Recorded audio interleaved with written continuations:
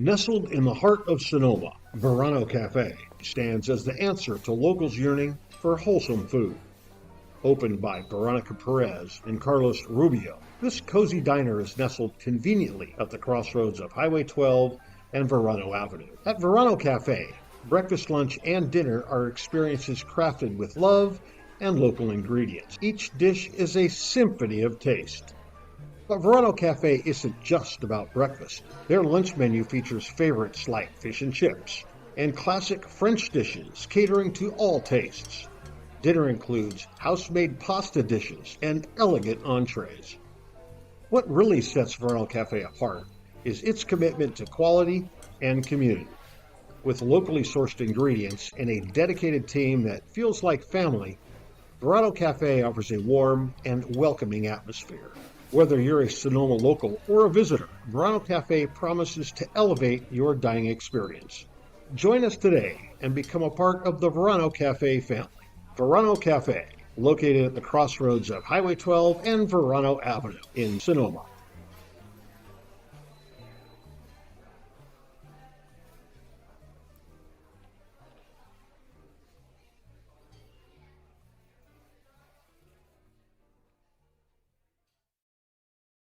The official headwear provider for the Sonoma Stompers is Melvin Roy. Melvin Roy hats, made to be lived in. From baseball nights in Sonoma to road trips anywhere. Everyday moments, Melvin Roy hats. This is legacy in motion. Melvin Roy. This season, AVA Tractor LLC is proud to support local baseball and the farming community that helps keep the wine country working. AVA Tractor provides vineyard-focused equipment for serious growers, including Deutz-Fahr tractors.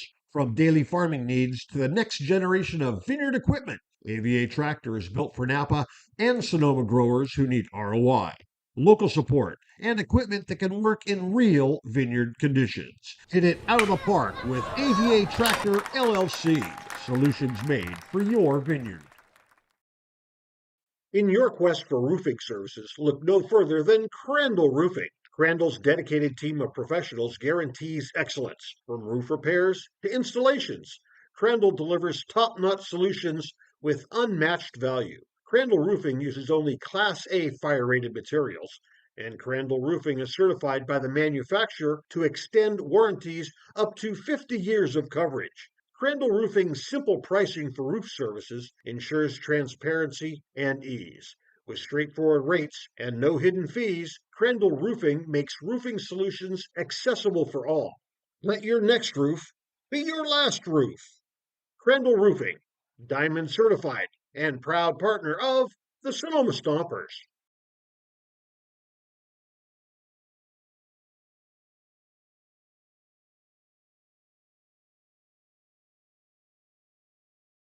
Can't make it to the game? No problem. Watch all Stompers home games streamed live on the Sonoma Stompers YouTube channel. You can catch all the action with Kieran Costa and Nate Martin starting 20 minutes before first pitch with the Stompers pregame show. Join us on the road for radio feeds of all Stompers road games, live on the Stompers Radio Network.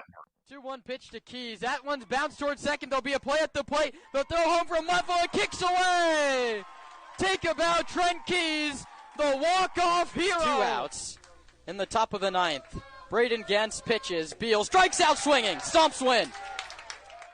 The pitch to Sebastiani is hit a mile to deep left field. Coupland back at the track.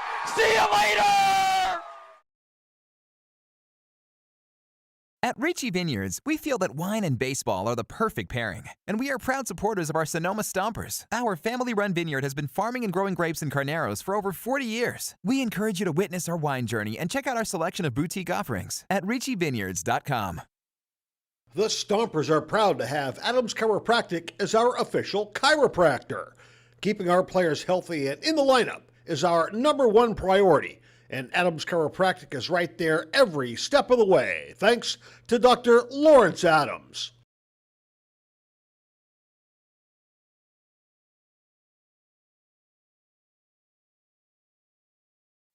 The Sonoma Stompers pregame show is on the air.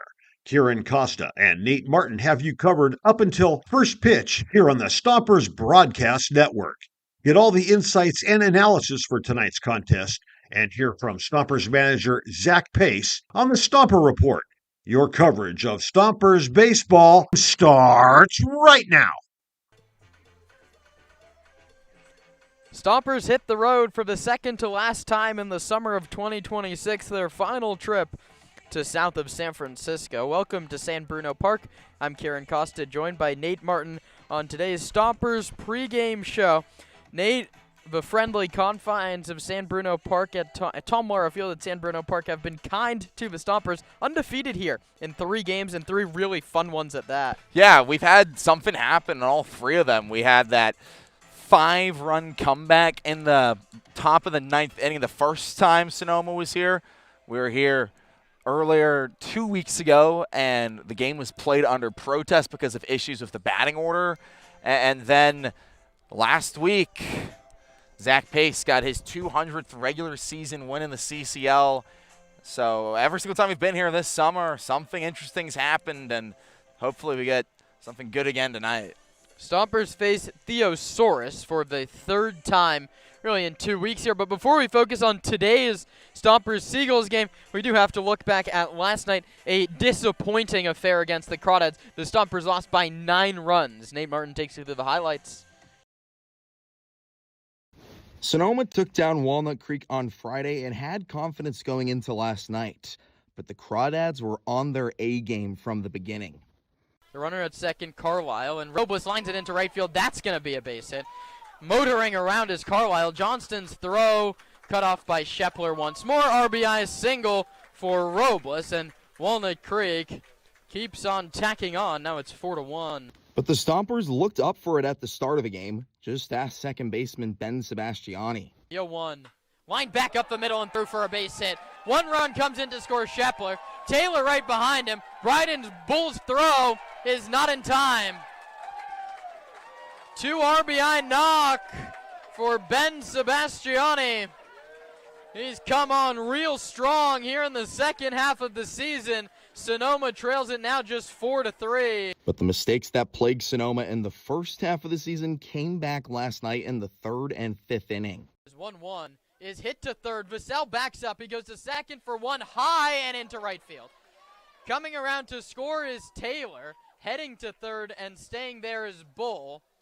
And an error will be charged to Vassell. I don't know if they ever had a chance at a double play, but they don't get anybody out. A run scores, and the defensive woes of early in the season coming back to Sonoma here in this 3rd inning. The first pitch. Bunt laid down up the middle. Osmond throws over to third, and it gets away. All the way into foul territory. Brant Cummings waves home Bryden Bull. He also sends Brandon Clisby very aggressive. The throw gets away from the catcher. Aldridge heads over to third. A throwing error scores 2. Hitters count. He hits that one right off the foot of Osmond, who bare hands flips over to first, high above Shepler. Carlisle jaunts home. Ramos stays at first.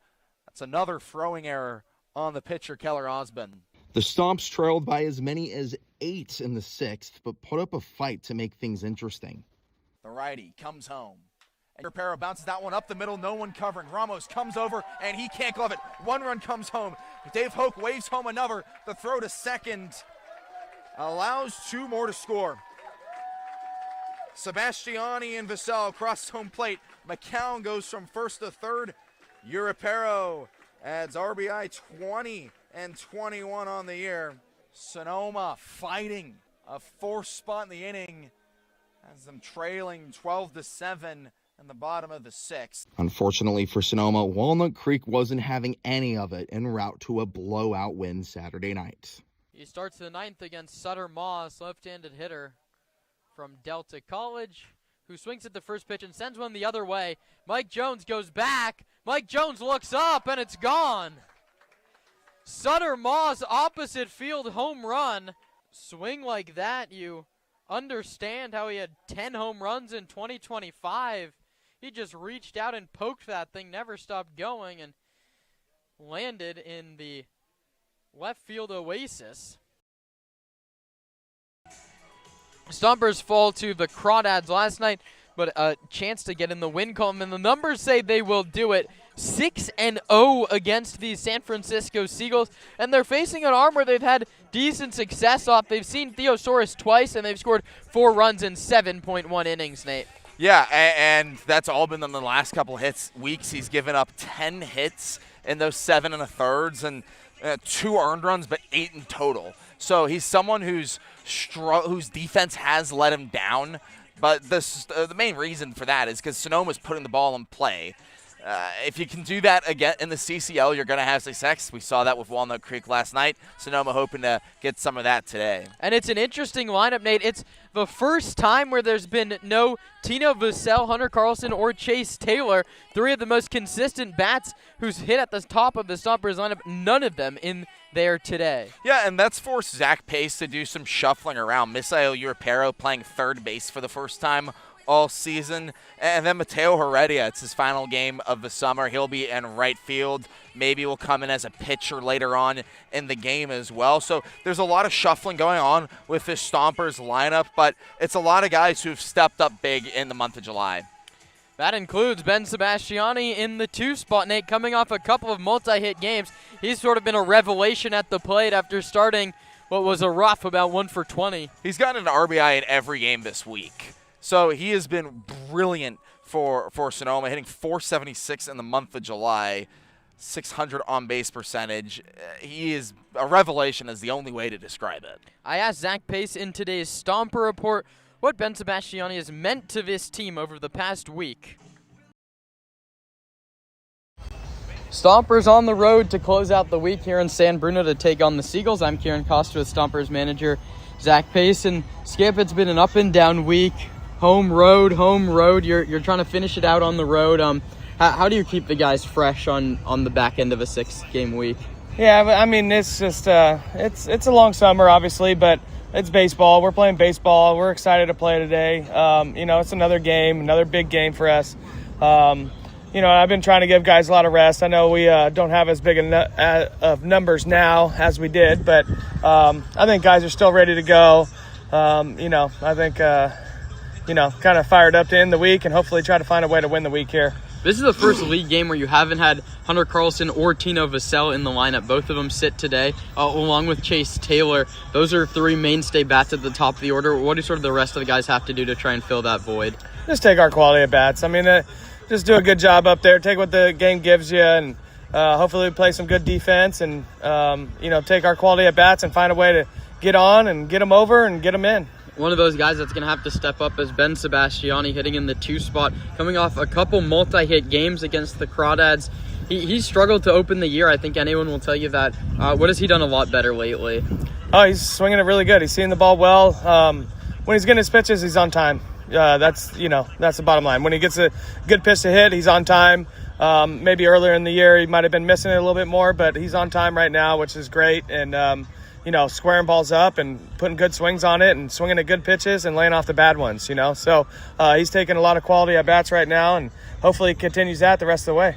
The guy hitting above Ben Sebastiani in the lineup, Misael Europero in the leadoff spot for I think just the 2nd time this season. But he has really high walk numbers. I think he's at 19 walks and he's up there. He's a fighter for you. What about his at bats maybe in the 6th spot and the 7th spot make you think he's going to be a good leadoff guy? Yeah, that's it. I mean, he's gotten a lot of walks. He takes some of the better pitcher pitches, and he's not perfect, but he does just, for the most part, swing at strikes, and that's kind of what you want out of that leadoff spot, setting the table there, taking your walks if they're given, otherwise putting good swings on balls and trying to find a way on base. Staying with Europero, but moving to the defensive side of the baseball, he's played second and short for you this year, and he's played mainly second and short for Youngstown State as well. He's at 3rd base today. What's that transition like maybe from the middle of the infield? Yeah, a little different, but if there's anybody that can do it, it's him. He's kind of versatile like that, and he can go across the diamond, go on either side of the diamond, and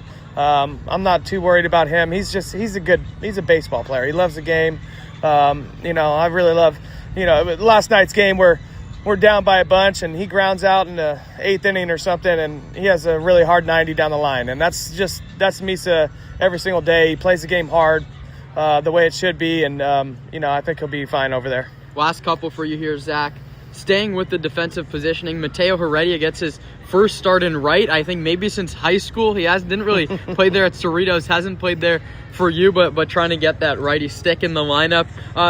What are you sort of looking for out of him in right today? Yeah, just catch the balls he can get to. I've watched him in BP all year. He's done a good job. I've seen him actually work really hard in the outfield all year long and, run down some balls. So he'll be just fine out there. And, it's his last day, so I wanted to get him in there, stick and bat, and arm, and hopefully have a good day. Last one for you here. Wouldn't be a Stomper report if I don't ask about the pitching. Sam Matherly gets the start, just his second start for you, sort of a late addition to the team, and you can go out there and say everyone just throw it down the middle of the plate, but for someone struggling with their command, what are maybe some concrete adjustments you can make to try and throw more strikes? Yeah, I think we talked last time about coming to our balance point a little bit. And if you get to that balance point, kind of underneath that back leg, that back hip, and then everything kind of flows from there. So as long as he kind of stays balanced in his motion, felt like he was a little bit, falling off last time, but he should be fine. I feel real confident with him. He's got a really good arm, and hopefully we get a good start out of him. Thanks, Zach. Good luck today. Thank you. Thanks to Zach Pace for taking the time, and we're getting down to it here in the regular season. Just 7 games to go. Stompers round out the week in a few moments here against the Seagulls. And then an interesting week coming up next week. You have San Francisco for 1, Menlo Park for 2, Alameda for 2, Walnut Creek for 1. It's a really tough test to get to that 2 spot and host a playoff game, but Sonoma has the 3 all but salted away. Yeah, and it's opportunity to just kind of build more momentum into the postseason. It's been a really good July. Last night was probably the worst game played of the month for Sonoma, but even then there was some positives you could take away from that. So if you can build on the last couple weeks, get some momentum into the playoffs, anything can happen. You only need to win 4. You only need to win 2 games, and then 2 of 3 after that. So Sonoma, if they can come in hot, you got to be feeling confident. We'll see if they can finish off the week with a victory and make it 7 straight against the Seagulls. Sam Matherly gets the ball for the Stomps when we come back. First pitch between the Seagulls and the Stompers next on the Stompers Broadcast Network. Thanks for tuning in to the Stompers pregame show. First pitch is on the way here on the Stompers Broadcast Network.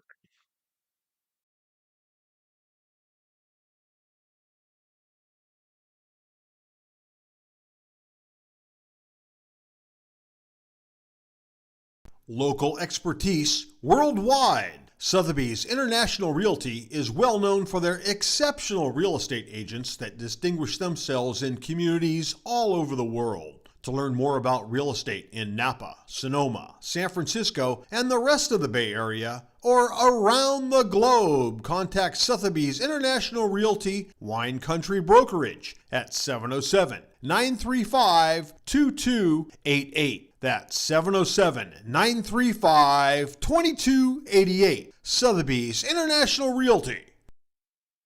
The Sonoma Stompers are excited to have Jacob's Restaurant providing all of our concessions this season. At the ballpark, you'll find gyros, Chicago dogs, pizza, and salads. But in their restaurant, you'll find an outstanding menu featuring the best Mediterranean-style offerings in town. Seafood linguine, chicken piccata, ravioli, risotto, pizza, and so much more. Don't forget to try their desserts. Jacob's Restaurant is located on 1266 Broadway, right next to Traintown. Jacob's Restaurant and the Sonoma Stompers, proud partners.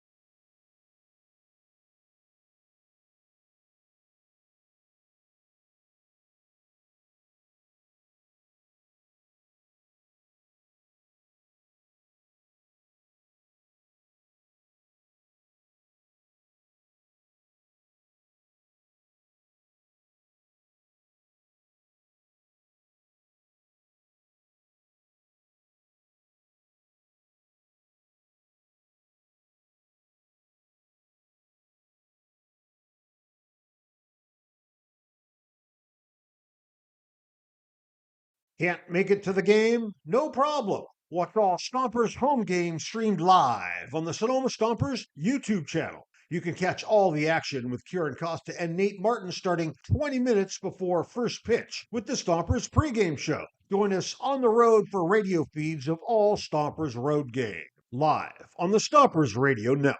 2-1 pitch to Keys. That one's bounced towards second. There'll be a play at the plate. They'll throw home from left field. It kicks away.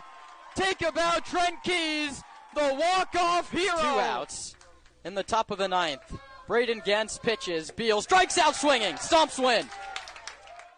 The pitch to Sebastiani is hit a mile to deep left field. Coupland back at the track. See you later.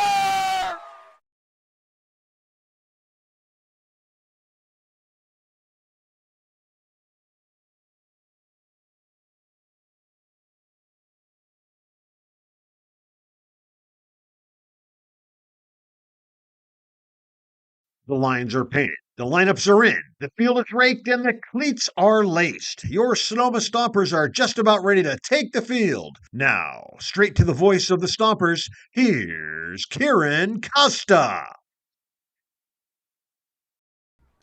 Stompers and the Seagulls just about ready to get underway here from Tom Lehrer Field at San Bruno Park. Ted Soros takes the mound for the Seagulls, playing at home, where they are 4-12. They're 5-26 overall on a 4-game losing streak. Soros, a 5'11", 195-pound lefty from Las Vegas, went to Arborview High School and then UNLV last year, where he did not see the game. He hurt his back before the season even began. He's right now fielding a couple mid-major offers to play next season. He's making his 10th appearance for the Gulls. 3 of them starts. He's 0-2. With an ERA of 4.76 over 28 1/3 innings. 26 strikeouts to just 12 walks. He's faced these Stompers twice already. 7 strikeouts and 4 earned runs over 7 1/3 innings. Nate, that included a 93-pitch effort out of the bullpen last Sunday in Sonoma. Yeah, and that was only on like 3 days rest after he pitched 70-something pitches against Sonoma earlier that week. So he's someone that Mark Caviglia clearly trusts, and while Mark Caviglia isn't here today, the manager today is Andres Medina. If you can get to him early, at the end of the week, for a lot of these teams don't have as big of a pitching staff as the Stompers. We've seen that pay good dividends for Sonoma. The Stompers will send Sam Matherly out in the bottom of the first, but let's look at the lineup announced by 8th-year manager Zach Pace. The third baseman, Misael Europero, hits leadoff. The second baseman, Ben Sebastiani, bats second. The right fielder, Mateo Heredia, hits third, and the DH, Gage McCown, cleans it up. The center fielder, Connor Johnston, hits in the 5th spot. The left fielder, Mike Jones, hits in the 6th spot. The first baseman, Anthony Shepler. The catcher, Eli Burnham. And then the shortstop, Bryson Ayala, round out the 9 for Zach Pace. So it's Misael Europero against Ted Soros. That's how this game will begin. Just a couple minutes behind schedule here. It's a cloudy day, the sun peeking through here at Tom Lehrer Field. Soros comes set. Misael Europero with his signature bright pink batting gloves digs in from the left side. The first pitch of the ball game is a called strike 1 at 6:10 Pacific time. It's 61 degrees here in San Bruno. The home plate umpire today is Harold de Guzman, who made that strike call. He's helped by Harvey Maxey and Gustavo Cardova. Europero swings and misses at an off-speed, and he's quickly behind 0-2. Sonoma are without its 2 top RBI guys in Carlson and Vassell. It's going to be really interesting to see who steps up in the absence today. Soros to Europero. Just getting started here, top of the first, and Misa bounces it foul. The Stompers in their road gray uniforms with Sonoma and Navy script across the front with Navy numbers on the back. The orange numbers in the bottom left of the road jerseys, those are in orange. The Seagulls have their deep sea blue jerseys with Seagulls in white script outlined in black. White piping around the sleeves and the collar, and the blue hats. The pitch to Misa is high, 1-2. Europero hitting .210 on the year, a .366 on base percentage, couple doubles, a homer and 21 driven home.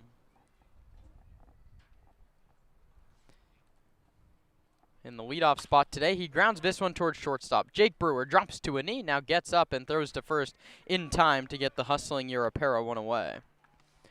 Close play at first base, as it always is with Europero running down the line. I was talking to Zach Pace earlier, and he said, yeah, one of the reasons I love Europero, he's a ball player. Even yesterday in the 8th inning with the Stompers down 8 runs, he's sprinting down the first base line on ground balls to short as he was there. But Brewer's throw to Lamoth was in time for the first out.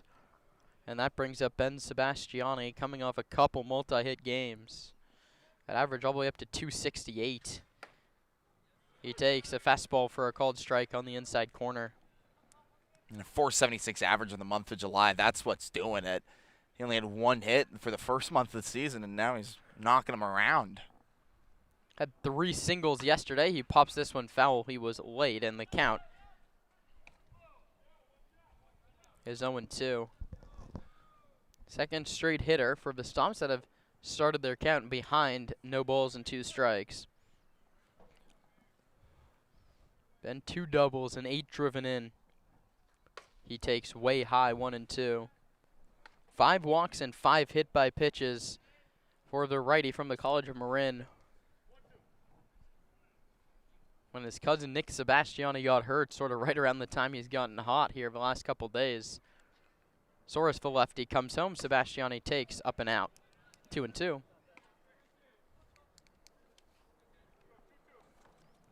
Dave Hoke coaching third base today.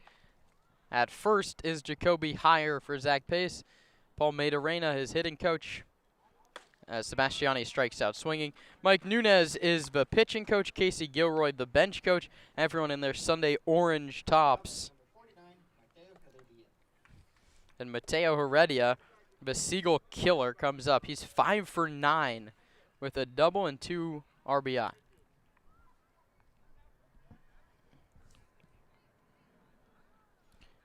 And good for a .293 average. He's in right field for the first time since high school. He takes inside 1-0. Mateo playing his final game as a Stomper. It was a 22-hit summer. 4 of those were doubles, a triple, a homer. He drove an 8. Looks to finish with a bang here on a Sunday in San Bruno, and he takes a ball. Says de Guzman, 2-0. And we saw, of course, last week in Angel Garcia's final game of the summer, he hit a home run. It's going to be tough to do that over the left field wall here in San Bruno. The pitch. At the knees for a called strike. 2-1. Already 23 strikeouts on the summer. 7 walks and hit by pitch. Scoreless game in the first. Source's pitch. Heredia fouls it in and out of the glove of Lopez for strike 2. The defensive alignment for Andres Medina's Seagulls today sees A.J. Hurtado in left, Davis Gurman in center, and Cade Heflin in right. Swanson at third, Brewer at short, Wall at second, Lamoth at first, Ted Soros to Ethan Lopez, the battery. 2-2 with 2 outs and the bases empty. Heredia takes high. Gage McCown, the cleanup hitter. He has 2 hits in multi-hit games, the last 2 games as well. 2 hits yesterday, he had 2 doubles on Friday. First a payoff pitch to Heredia. Left high for ball 4. And Mateo, not a guy that walked a lot at the start of his summer. That's just his 8th free pass. The Stompers keep the line moving, and Gage McCown has a chance to get the Stomps on the board with Heredia at first and 2 outs.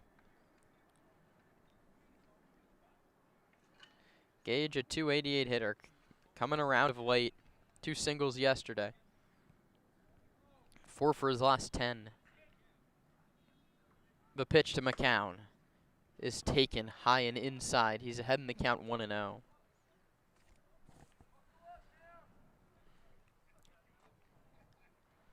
Right-handed hitter kicks out the back white line of the batter's box. Checks his swing. It's a called strike at the Tip top of the zone, 1-1.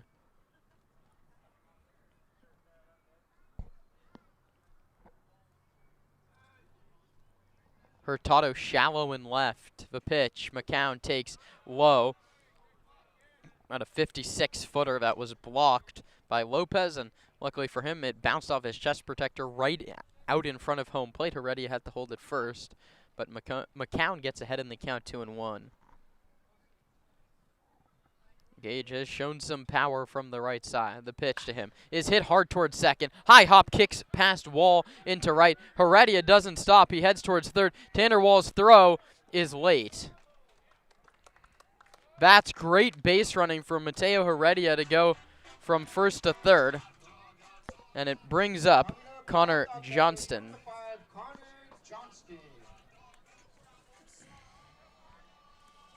So McCown's at first and Heredia's at third. We're still waiting on a ruling whether that'll be a single for Gage or an E2. It really should be a single. That was a hard hit ball and it was a very, very tough play.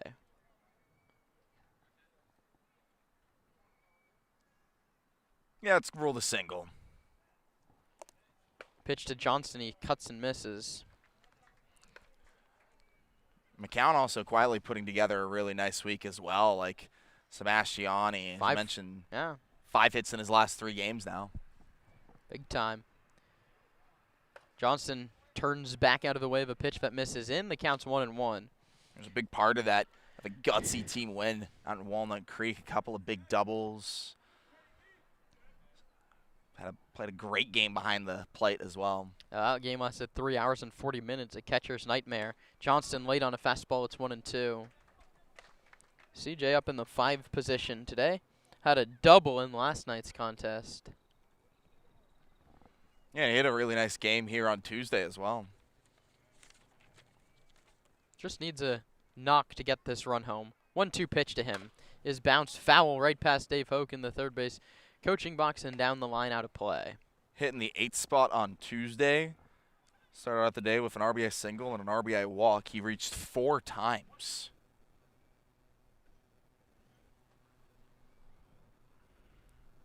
The pitch to Johnston. He chases a breaking ball in the dirt, and the side is retired. For the Stompers in the first, no runs on 1 hit, no Seagull errors and 2 left. Nothing across for Sonoma with San Francisco coming up in the bottom half.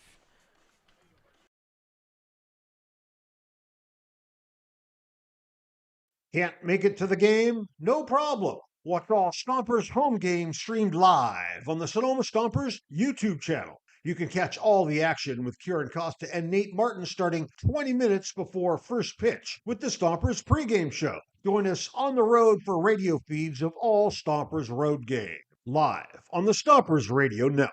2-1 pitch to Keys. That one's bounced towards second. There'll be a play at the plate. They'll throw home from left field. Kicks away. Take about Trent Keys, the walk-off hero. 2 outs in the top of the 9th. Braden Gantz pitches. Beal strikes out swinging. Stomps win. The pitch to Sebastiani is hit a mile to deep left field. Coupland back at the track. See you later. Hey, Stomper fans! Sonoma Springs Brewing Company has created a new special beer just for us. It's called On Deck. It's a light, crisp lager brewed for a smooth, refreshing finish. The perfect beer to enjoy here at Arnold Field or anytime you're thirsty. Sonoma Springs and the Sonoma Stompers, where your next beer is always on deck.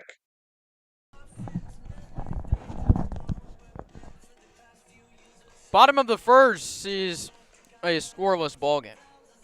Sam Matherly, the 6'2", 185-pound righty from Danville, Kentucky, gets the pill for the Stompers, and he deals with a lineup that's announced by interim manager Andres Medina. A.J. Hurtado leads off and plays left. Jake Brewer bats second and plays short. Davis Gurman plays the center field position and hits third. The first baseman, Christian Lamotte, cleans it up. The catcher, Ethan Lopez, hits 5th, and the second baseman, Tanner Wall, hits 6th. 7, 8, and 9 go the DH, Jacob Gilbreth, the right fielder, Cade Heflin, and the third baseman, Brandon Swanson. Matherly making his 4th appearance. He's thrown just 4.1 innings. He's allowed 5 earned runs, and the big issue, Nate, 5 walks and 4 hit by pitches. Has to fill up the zone, and we'll see what he does again. Hurtado hitting .233. First pitch to the righty is foul back to the screen. Yeah, this is someone you're hoping can get going for late on in the season.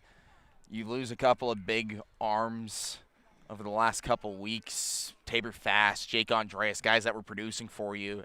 D1 guys, and Matherly, someone who's had a slow start. Never too late to bounce back. His 0-1 is lined softly into center field for a single. Not a hard hit baseball at all, but it does the job for Hurtado. And there's the leadoff man aboard, and will set the defense for the Stompers. Mike Jones in left, Connor Johnson in center, Mateo Heredia debut out in right. Misael Europero at third, Bryson Ayala at shortstop. It's Ben Sebastiani and Anthony Shepler on the right side of the infield.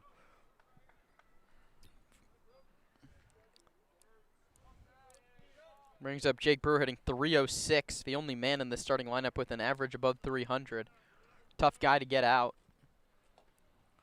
Hurtado leads off first. Matherly works off the first base side of the hill and delivers with an abbreviated leg kick. It's popped up to center. Johnston comes in, and a few steps towards left, he makes the catch. And there's 1 out. Brewer, the toughest guy to retire in this lineup, average-wise, has gone on just a pitch.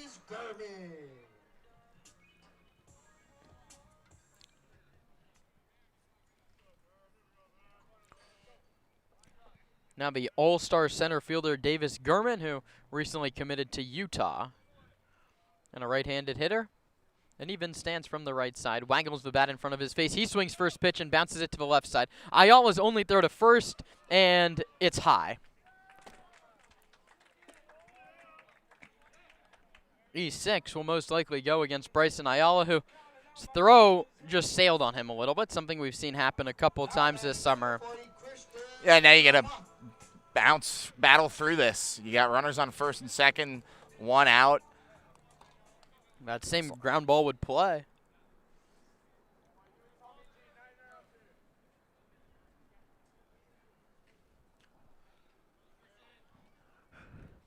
Christian Lamont, the left-handed hitter, comes up with 2 on and 1 out. He takes up.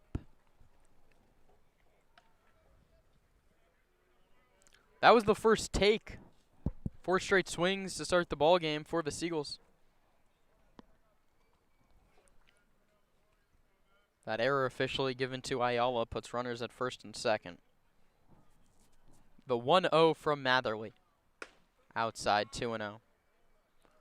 A soft single to center, a fly ball, and an E6. First and second, 1 out in a scoreless ball game, bottom of the first. Lamoth has some pop, 7 doubles and a homer. Plays his college ball at St. Bonaventure. Very wide stance in the lefty batter's box, and he's now ahead 3-0. One more wide one, loads him up.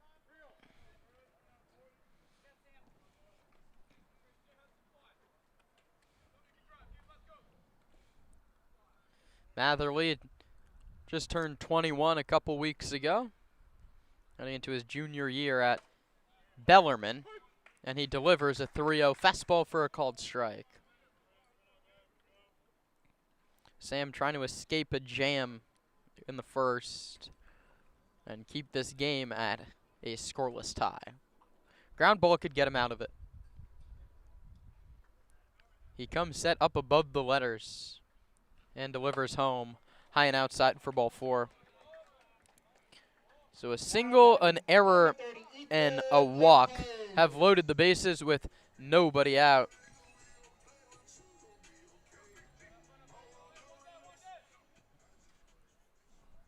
Andres Medina, the third base coach, filling in for Mark Caviglia. Out on assignment today. Bo Ferreira, the first base coach.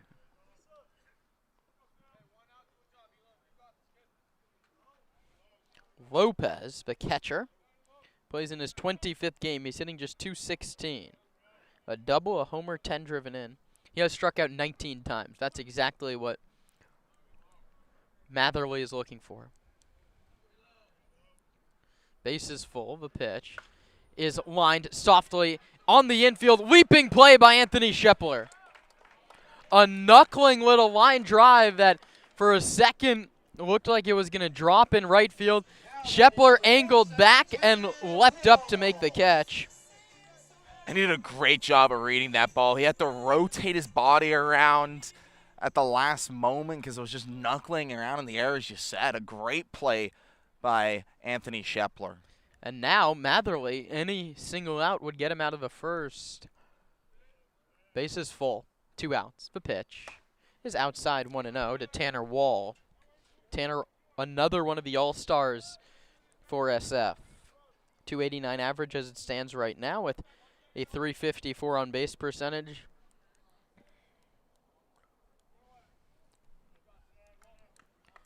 He's ahead in the count 1-0 against Sam Matherly. And he's hit by the pitch. Gets him in the back, and that's going to score a run. RBI hit by pitch for Tanner Wall. The bases remain loaded. Scoring is Hurtado. For Tanner Wall, it's RBI number 15, and a real painful way to pick it up. And he's still not ready to run at first base, taking his time walking back over there. The Stompers will be playing this one from behind, at the very least 1-0.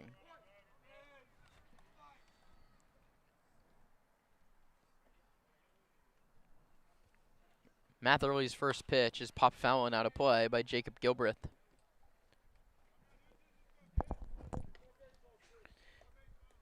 Gilbreth still looking for a home, played last year at Gavilan.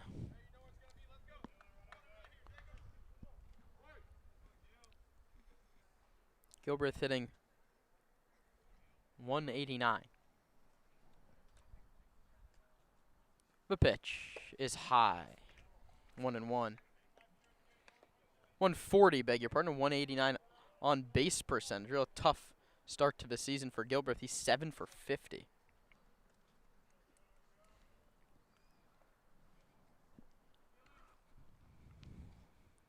He's in a 1-1 count. Matherly delivers. This ball's hit hard to deep left field. It's going to drop foul. And a sigh of relief for Stompers fans. If that ball's fair, all 3 runners would have scored. Yeah, Instead, it's a long and loud strike number 2. It's a tough left field, Karen. It's up on a hill, slanted up. And there's no real end to foul versus out of play in terms of territory. It fell untouched, about a foot foul. Matherly now a pitch away from striking out Gilbreth, and Jacob just stays alive, fouls it straight back. Only 1 run allowed here for Sonoma would be massive to start. It was bases loaded, 1 out. He got the pop-up. Line drive pop-up to Shepler for the 2nd out, and then hit Wall, who's at first. He's the only run so far. Only RBI. 1-2 pitch. Gilbreth bounces it foul again.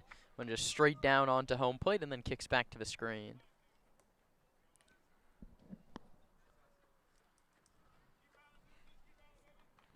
Ahead in the count is Sam Matherly. A couple pitches to waste if he wants to induce a swing and miss on Gilbreth. Jacob, though, just 12 strikeouts and 50 trips. Matherly needs one badly. The 1-2 is fouled back once more. Jacob Gilbreth not giving in. I've seen a couple different heights in a row from Matherly. He went low on the previous pitch, and Gilbreth chased on that one. That one was a 5 fastball that Gilbreth just got a piece of from the kitchen sink to try and get the final out. Still just a 1-2 count. Matherly from the first base side of the hill misses down and away. 2-2. That's a perfectly fine pitch to do on a 1-2. You've seen him swing at a few in a row. Trying to induce a chase, he didn't get it. 2 balls, 2 strikes, 1-0 Seagulls. Bases loaded, 2 outs in the bottom of the first. Matherly stares into Burnham and delivers. Straw came out swinging. Sam finally wins the battle and leaves, in the end, the bases full. 1 run on 1 hit, 1 error, and 3 left. We head to the second inning of play, 1-0, San Francisco. The official headwear provider for the Sonoma Stompers is Melvin Roy. Melvin Roy hats, made to be lived in. From baseball nights in Sonoma to road trips anywhere. Everyday moments, Melvin Roy hats. This is legacy in motion. Melvin Roy. This season, AVA Tractor LLC is proud to support local baseball and the farming community that helps keep the wine country working. AVA Tractor provides vineyard-focused equipment for serious growers, including Deutz Fahr tractors. From daily farming needs to the next generation of vineyard equipment, AVA Tractor is built for Napa and Sonoma growers who need ROI, local support, and equipment that can work in real vineyard conditions. Hit it out of the park with AVA Tractor LLC. Solutions made for your vineyard.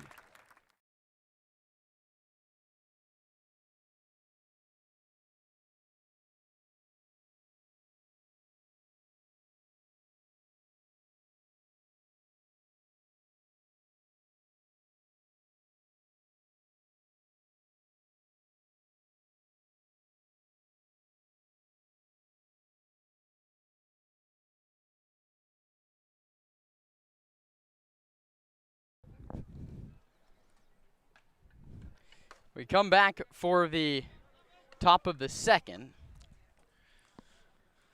in a 1-0 ball game.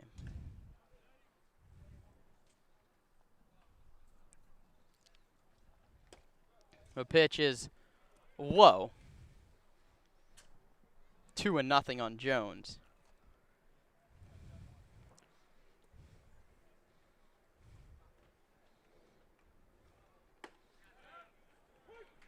Two O's in there, 2-1.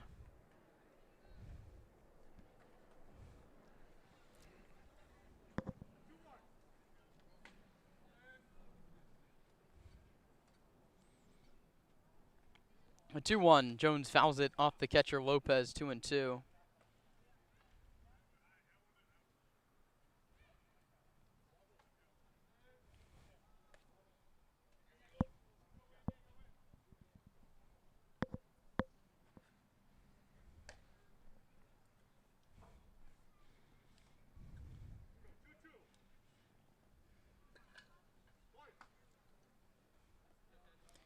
Already action, another lefty up in the bullpen as Jones takes down, and the count is now ball 4. The scoreboard might have been 1 behind there.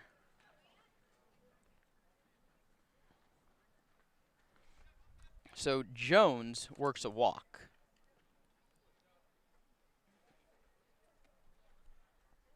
Hit by a pitch on a 3-2 is how it will be ruled. And so the leadoff man's aboard for the Stompers, and that brings up Anthony Shepler. Foul straight back to the screen. That's Shepler and his most aggressive swinging first pitch.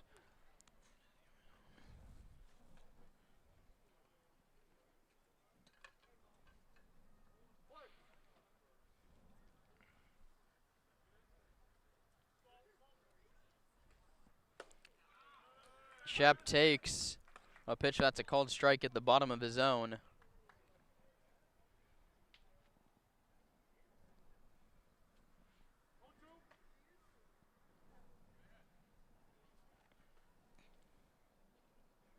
One-two offer is down. A nice take.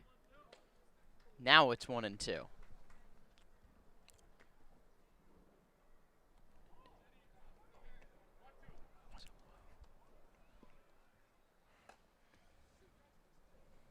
Runner off first is Jones. The pitch inside. A good take by Shepler. 2-2. Got some shouts from an ever rowdy Seagull dugout.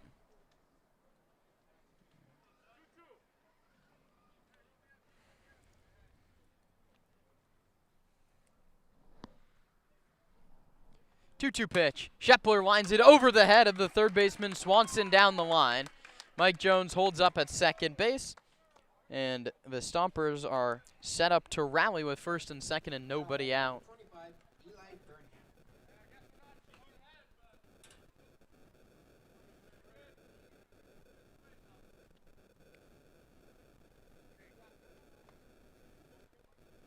Two on, no out. Second inning. Eli Burnham, the catcher, in search of his first hit as a Stomper. He's 0 for 7 to start his Sonoma career. It'll be a good time to get it. Squares to bunt early. Can't get it down. Automatic bunt sign on with runners on first and second, nobody out. Seagulls were more than prepared for that. They had the first baseman, Lamoff, a few steps in on the infield grass.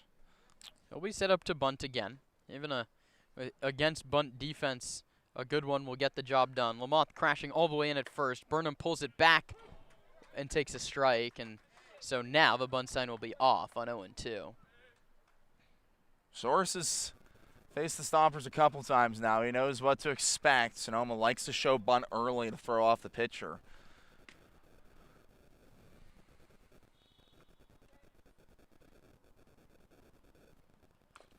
Eli does a nice job to stay alive. Got an off-speed pitch, and he was fooled, but did enough to get some good wood on the baseball and foul it straight back.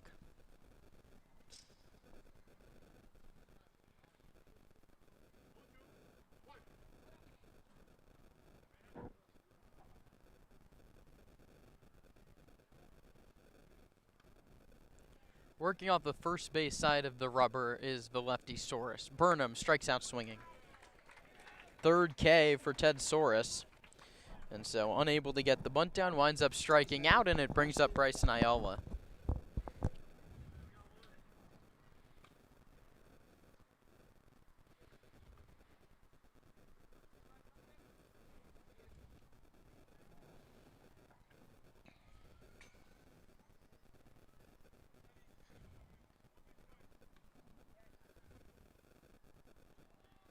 Two on with one out. Ayala takes down and in.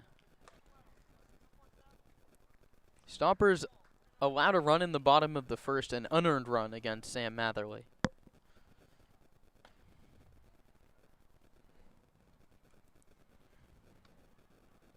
The pitch. Inside corner, 1-1. Then to start this top of the second, Mike Jones was hit by a pitch. Then Anthony Shepler singled. It was first and second, nobody out. Eli Burnham could not get a bunt down and eventually struck out. Now it's the 9-hitter Bryson Ayala in a 1-1 count. He takes a called strike 2. It's a nice slider there from Theosaurus.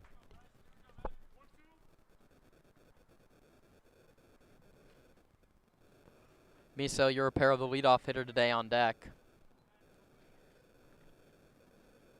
Ayala lines this one into left field for a base hit. Mike Jones rounds third, heads home. The throw is way offline, and it's an RBI single for Bryson Ayala.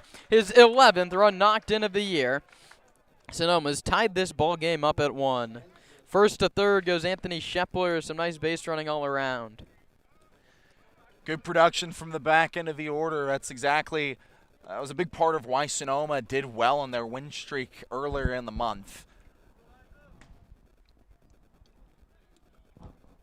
On the top of the order coming up to the plate, you'd love to score some more runs here and take the lead.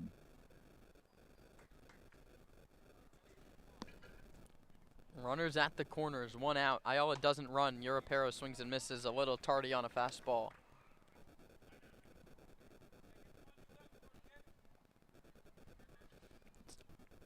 A nice swing by Ayala, just lined it over the third baseman Swanson.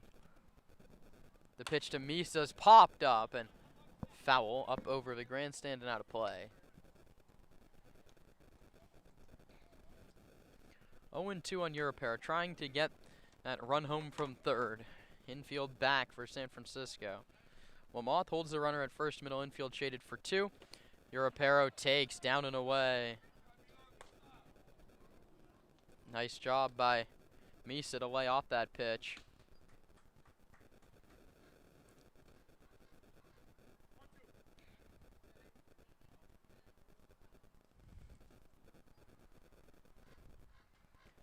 The pitch to Europero. Down. That one kicks past the catcher, Lopez. There's going to be a play at the plate. Here comes Shepler. He's safe.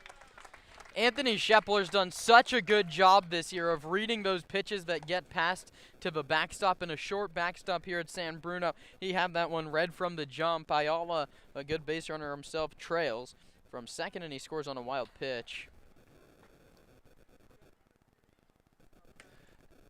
And as you mentioned, it is a really shallow backstop, but it took a really favorable hop for Shepler. It bounced more up instead of staying on the ground, and that bought him enough time to slide home.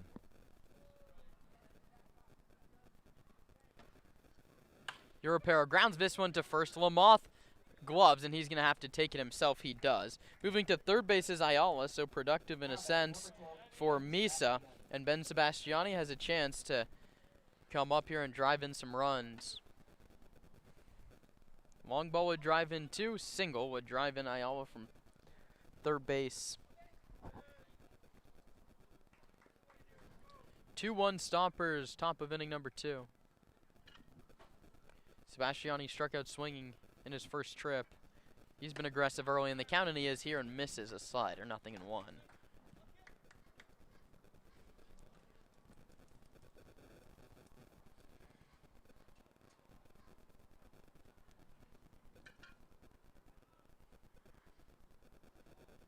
Sebastiani checks his swing.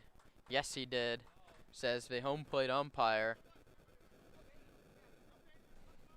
At the plate, de Guzman didn't even need an appeal. And Sebastiani behind 0-2.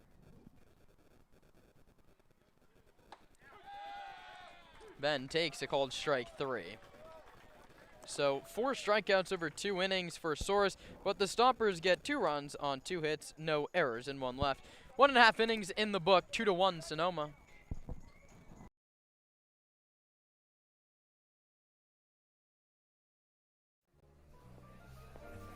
Nestled in the heart of Sonoma, Verano Cafe stands as the answer to locals yearning for wholesome food.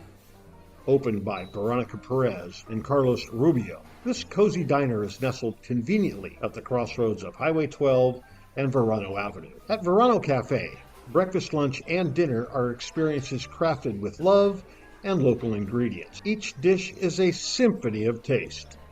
But Verano Cafe isn't just about breakfast. Their lunch menu features favorites like fish and chips and classic French dishes catering to all tastes. Dinner includes house-made pasta dishes and elegant entrees. What really sets Verano Cafe apart is its commitment to quality and community. With locally sourced ingredients and a dedicated team that feels like family, Verano Cafe offers a warm and welcoming atmosphere. Whether you're a Sonoma local or a visitor, Verano Cafe promises to elevate your dining experience. Join us today and become a part of the Verano Cafe family. Verano Cafe, located at the crossroads of Highway 12 and Verano Avenue in Sonoma.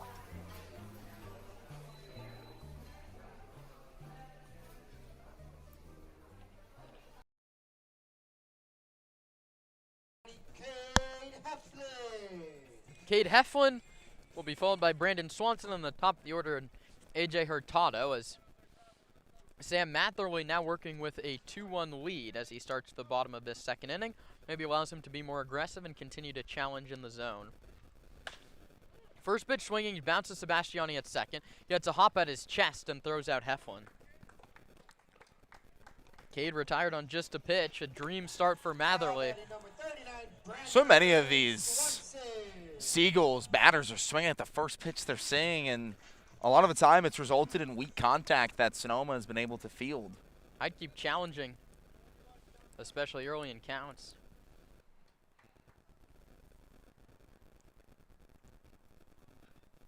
This ball is hammered to left. Mike Jones back. There's no warning track, but a couple of steps shy of where it would be. He makes the catch.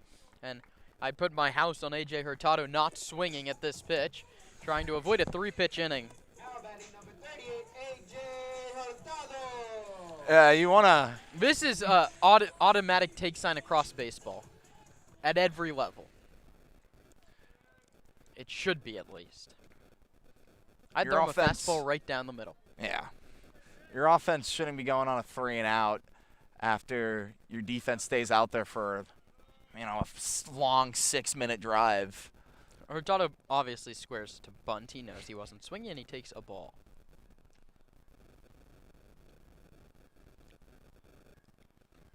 Yeah, at least he avoided the 3-pitch inning.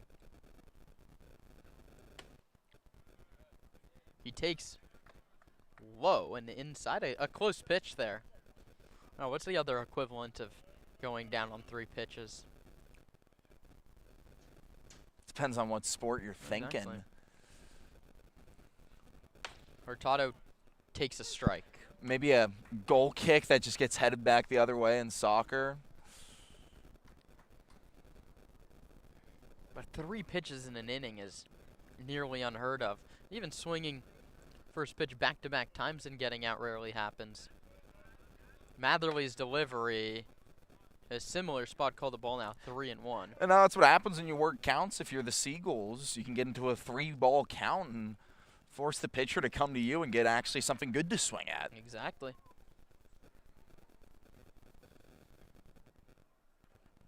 The pitch at the knees for a called strike.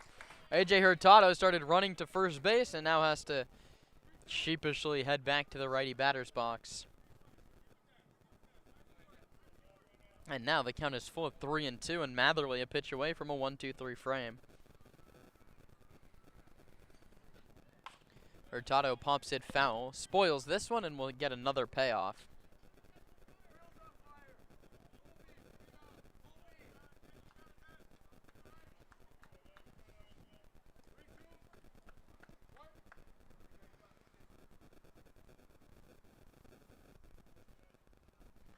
The pitch is grounded to third. Europero backs up. His long throw across the diamond is true, and the side is retired. 1-2-3 go the Seagulls. We head to the third. Stompers doubling them up 2-1.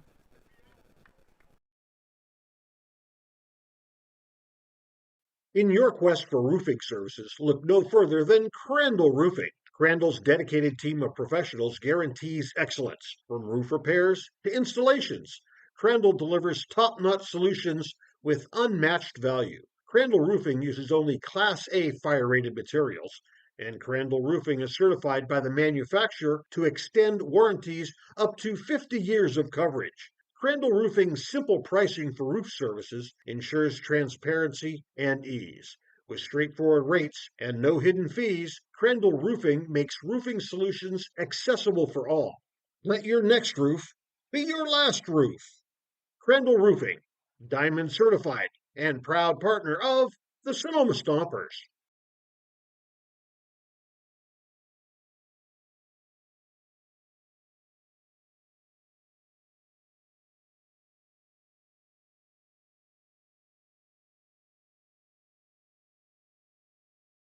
Rawhides on deck. Rawhides on deck. Oh my God. Rawhides on deck. On Deck can be purchased right here at the ballpark and at Sonoma Springs Brewery, located at 19449 Riverside Drive in Sonoma.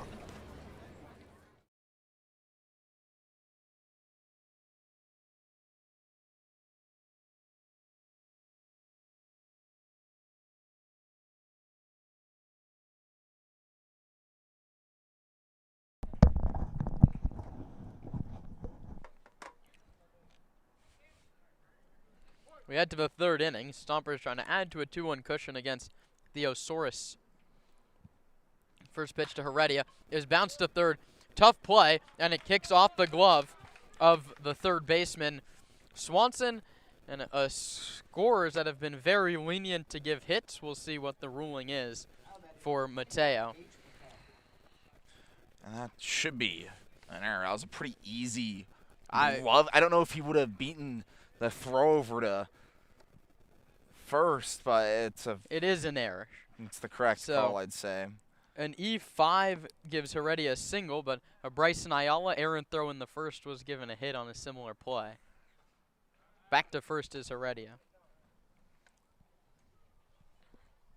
What you gonna do? The home scoring is gonna get you sometimes. You can't play them all at home.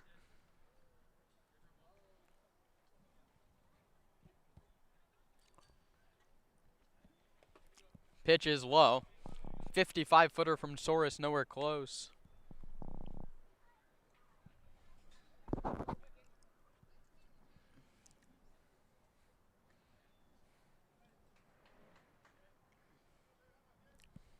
That error was charged to Swanson. He just backed up on a two-hopper, and it kicked off his glove into left. McCown swings and pops it up. Playable for Lamothe, cutting into fair territory. He makes the catch.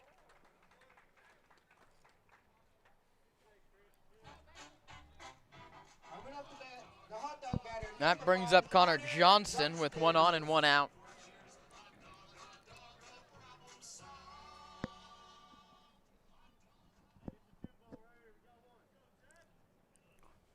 Already with his leadoff first. Johnson hasn't even dug into the batter's box yet.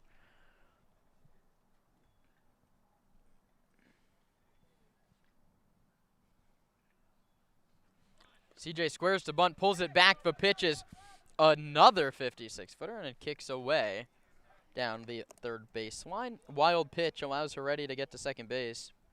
The bunt did its job, and it wasn't even laid down. And now you see maybe he's bunting for a single here. Make Brandon Swanson play some defense over there at third. He's already struggled to do that this inning. Lamothe deep at first as well. Soros peeks at second and comes home. Johnston swings and hits a flare down the left field line, but it just drops foul. CJ almost had himself a little bleeder right over the head of Swanson, but a half-foot foul. And I like trying to bunt for a hit against these Seagulls. We've seen San Francisco struggle defending bunts. The second last time the Stomps played here, Johnston laid down a bunt, and the throw that was intended to go to third got away into the outfield, and he allowed Sonoma to score some runs.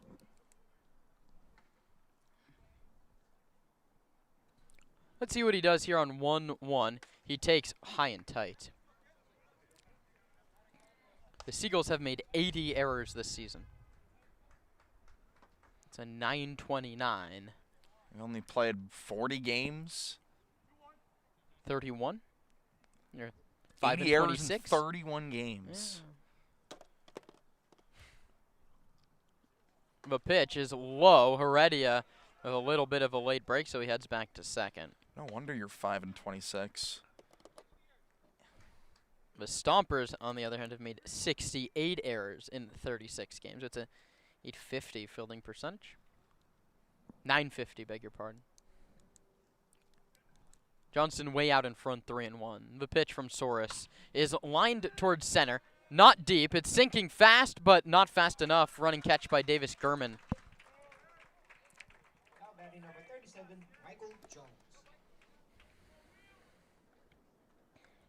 And Soros could get out of it without allowing a run. He's someone that can battle through tough moments in games.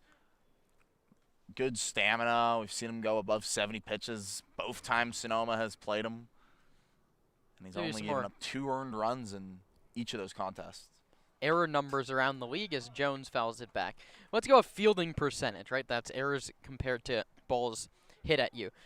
The Walnut Creek Crawdads have a 965 fielding percentage. The Stompers have a 950, and the Seagulls have a 929.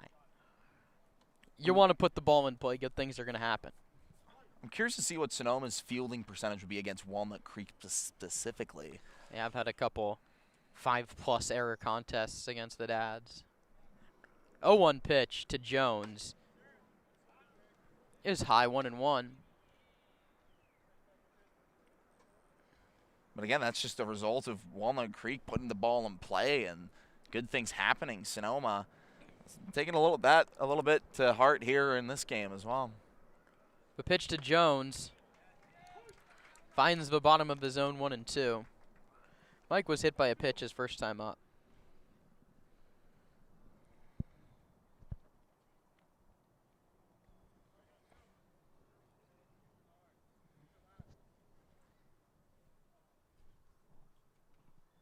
The pitch is a called strike 3 over the outside edge. Mike Jones disagrees, but has to head back to the dugout. 5th strikeout for Ted Soares. For the Stompers, no runs on no hits, 1 error, 1 left. We head to the bottom of inning number 3, 2-1, Sonoma.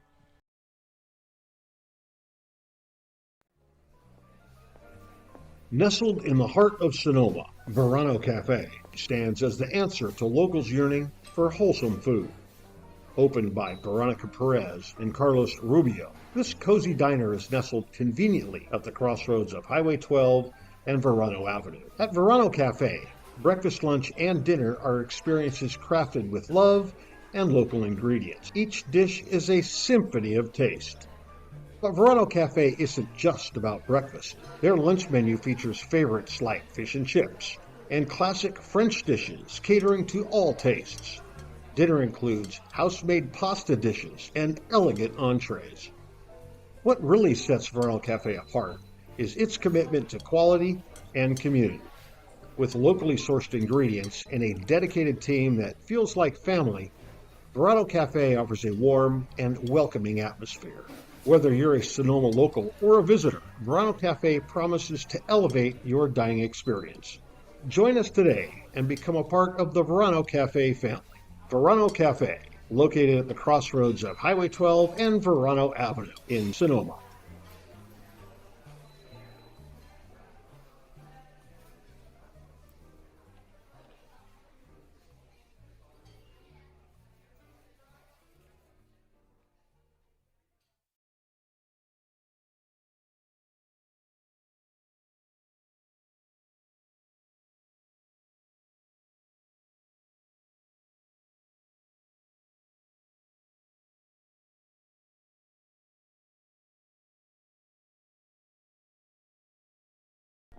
Sam Matherly retired the last 4 that he faced. He deals with Jake Brewer, Davis Gurman, and Christian Lamoth.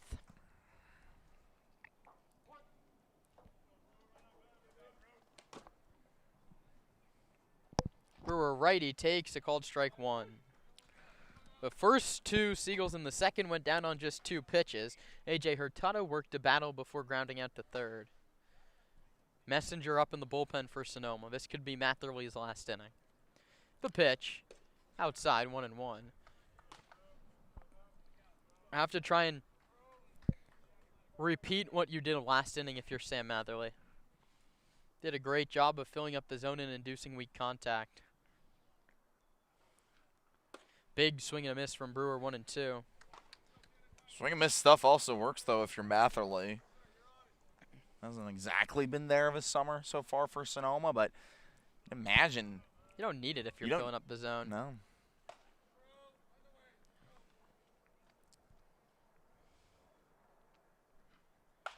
Brewer hits it to first, and it's caught by Anthony Shepler. Another one of those soft line drives. Shepler ranged back and towards the line to make the catch. And if that dropped fair, it was going to roll pretty far into foul territory. That was a really nice running grab from Anthony Shepler, playing a solid first base so far today.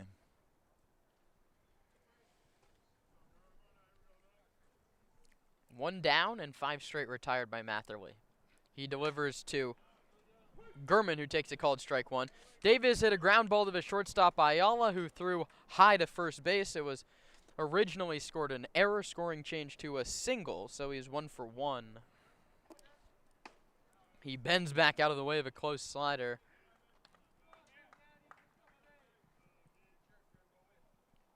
So no Stomper errors and 2 hits for all you scoring along at home. Gurman pops it up, foul back and out of play. Matherly a pitch away from his second strikeout. A ball and 2 strikes, bases empty, 1 out, 2-1 game in the third. Sam Matherly works off the extreme first base side of the hill, and Gurman lays off down and away. It's 2-2.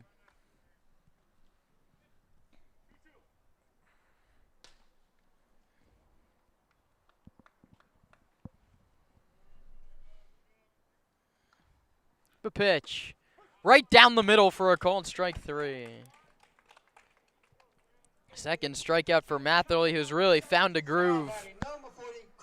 Yeah, it's a shame that likely this will be his last inning because he's someone that you're looking to build some rhythm for heading into the final regular season week and into the playoffs.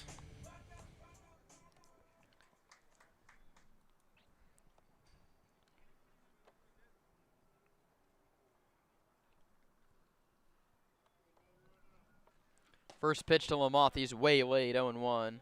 Christian walked in the first.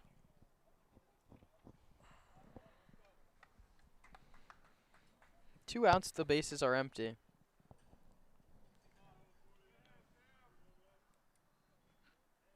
Foul back, 0-2.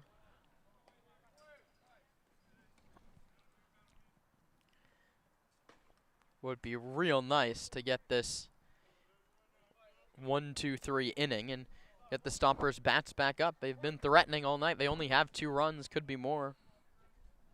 They lead 2-1. Matherly's 0-2 pitch to Christian Lamoth is low with a fastball, close pitch.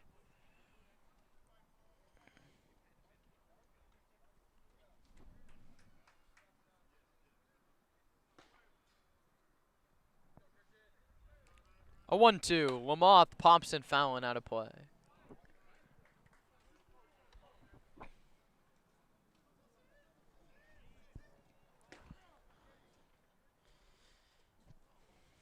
Christian steps out of the box before he gets a 1-2 pitch.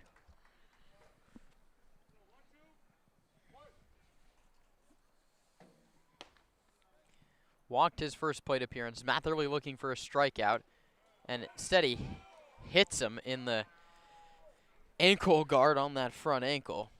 Second hit by pitch by Matherly today, his 6th on the season. Now batting number 30, Ethan Lopez. And so Ethan Lopez, who hit a knuckling little line drive to Anthony Shepler in his first at-bat, hits with a man on and 2 men out.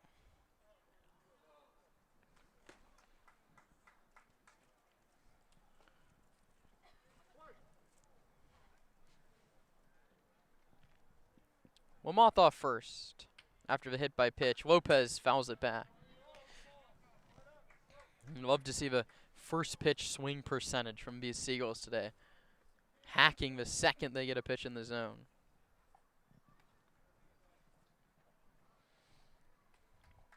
Lopez 0 for 1. 19 strikeouts so far this season. Matherly just needs anything to get out of this frame. Lopez pops it up on the infield, right back to the pitcher, and Matherly makes the catch, gets himself out of the inning, P2. No runs, no hits, no errors, 1 left. Nate Martin takes over on play-by-play for the 4th. Sonoma 2, San Francisco 1.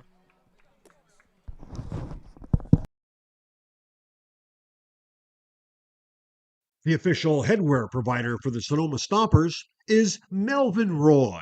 Melvin Roy hats, made to be lived in. From baseball nights in Sonoma to road trips anywhere. Everyday moments, Melvin Roy hats. This is legacy in motion. Melvin Roy.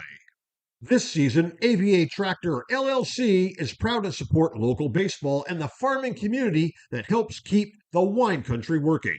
AVA Tractor provides vineyard-focused equipment for serious growers, including Deutz Fahr tractors. From daily farming needs to the next generation of vineyard equipment, AVA Tractor is built for Napa and Sonoma growers who need ROI, local support, and equipment that can work in real vineyard conditions. Hit it out of the park with AVA Tractor LLC. Solutions made for your vineyard. Hey, Stomper fans! Sonoma Springs Brewing Company has created a new special beer just for us. It's called On Deck.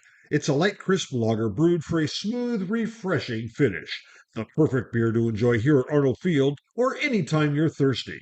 Sonoma Springs and the Sonoma Stompers, where your next beer is always on deck. Top of the 4th inning here in San Bruno. It'll be the bottom of the order. Shepler, Burnham, and Ayala facing Ted Soros for his 4th inning of work. We know Soros is someone that the Seagulls like to stretch. Through 72 pitches the first time the Stompers faced him, through 93 pitches 3 days later against Sonoma. The lefty works against the lefty Shepler. And Fires a first pitch. Fastball up and in, called for a ball. This back end of the order produced for Sonoma. Shepler had a single and scored a run. The man before him, Mike Jones, also scored a run on a hit by pitch. The 1-0. Breaking ball, low and away, ball 2.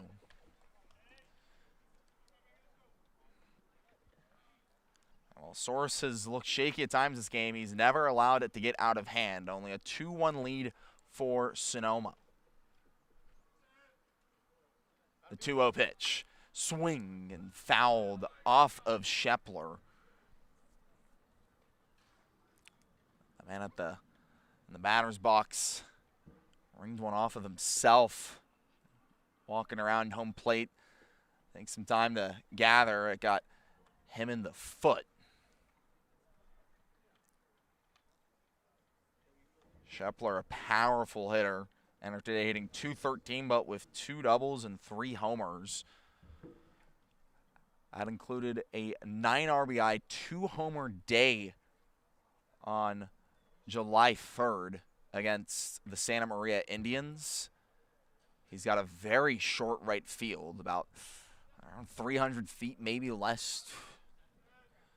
Not a very tall wall. We've seen powerful lefties for Sonoma have success here at San Bruno. As Soares' 2-1 comes in, pitch below the knees. 3-1 hitters count to Shepler. Hunter Carlson on the 6th of June hit 2 home runs in a 14-12 win for Sonoma. Hitters count. Fastball misses high. A leadoff walk for Anthony Shepler. His 10th walk of the year. Puts a runner on with nobody out for Eli Burnham. The righty steps in to face the lefty Source. And a 2-1 ball game here in the top of the 4th. Sonoma leads. Source yet to reach this summer for Sonoma. He's 0 for 8 with 4 strikeouts. This is his 2nd start and 3rd appearance. He gets a first pitch and looks at it at the knees. 0-1. The Davis native plays for the hometown Aggies. Hit .260 in 23 games played his freshman year. The 0-1. High and away, ball 1. Source gave up the leadoff walk to start the inning. He's in a 1-1 count against Burnham. Fires home. Fastball low and in, ball 2.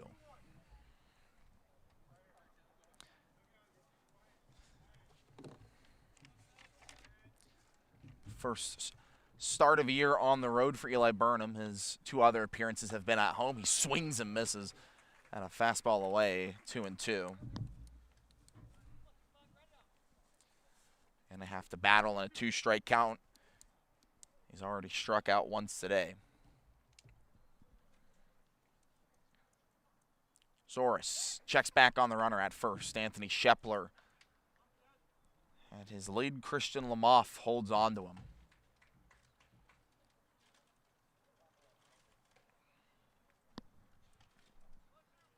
Source is 2-2. Hit high to shallow center. Gurman charges in and makes the grab for the first out of the inning.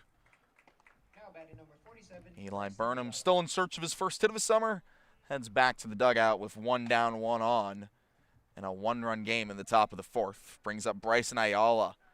Had an RBI single back in the 2nd. The righty steps in to face the lefty Source. The southpaw working on the first base side of the mound. Comes home and misses on a fastball up and away, 1-0. Cloud cover starting to roll in at San Bruno.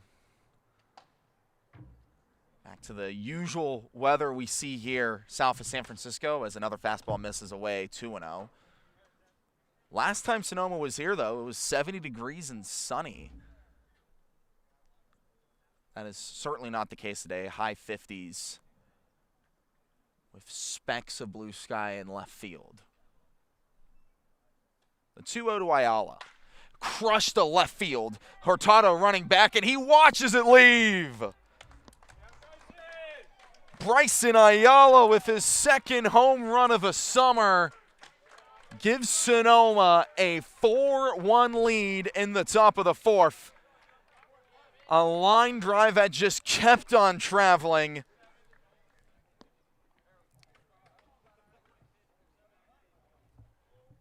"4-1" to bring up the top of the order.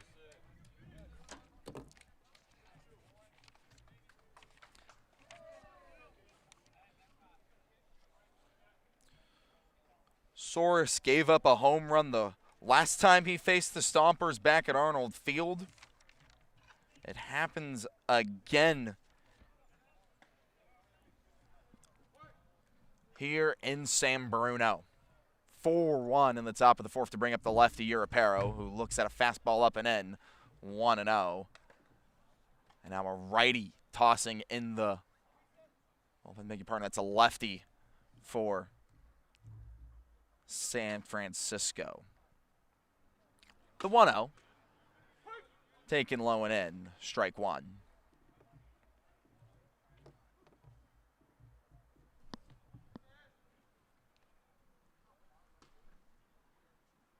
Hitter 1-1 to Misael Europero, who hits that one sharp to the left center. Gurman and Hurtado track back, and it follows in the gap. One hops off the wall and over. A ground rule double for Misael Europero. The Stomps knocking it around here in the top of the fourth. Now batting number 12, Ben Sebastian. Two hits have left the field of play. One of them was a homer, the other one a ground rule double, and now we're having a mound visit. That's the manager, Andres Medina, who's coming in to check on his pitcher. So far this inning, a walk, a flyout, a home run, and a ground rule double. Soros has given up some hard hit balls, but stays in the game to face Ben Sebastiani with one down.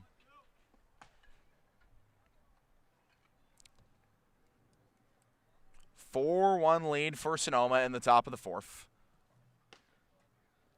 Soros, the lefty, stays in the game to face Ben Sebastiani, who's 0 for 2 today with 2 strikeouts. The first pitch. Fouled back to the screen, 0-1. Mesab has gotten a hit in every game he's been played this week, hitting above 500 in the second to last week of the regular season. He's behind 0-1 to Soros. Europero at second. The pitch. Swing and a miss. 0-2.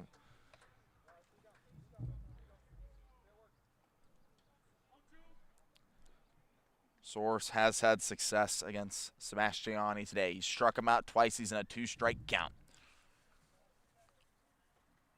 And the lefty steps off the mound to gather himself for a moment. Las Vegas native started out his career at UNLV. He's currently in the portal. And he's given up a couple of runs here in the fourth with more threatening as Sebastiani hits that one to left center. It goes over to the wall and bounces over it for a back-to-back ground rule double. Europero scores. Sebastiani with another RBI on the year. His 9th. Every single one of them have come in the month of July.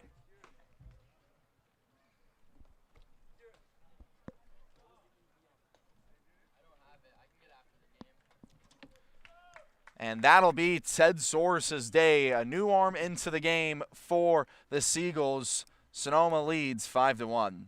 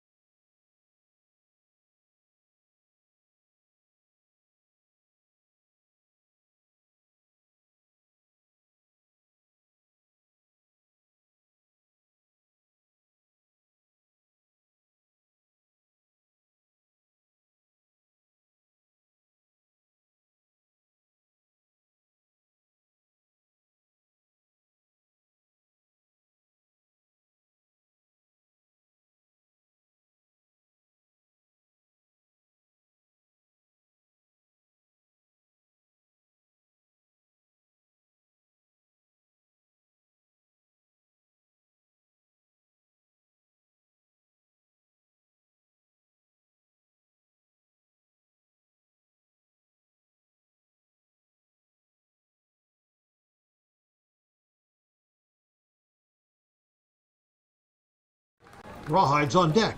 Rawhides on deck. Oh my God. Rawhides on deck. On Deck can be purchased right here at the ballpark and at Sonoma Springs Brewery, located at 19449 Riverside Drive in Sonoma. Hey, Stomper fans! Sonoma Springs Brewing Company has created a new special beer just for us. It's called On Deck. It's a light, crisp lager brewed for a smooth, refreshing finish.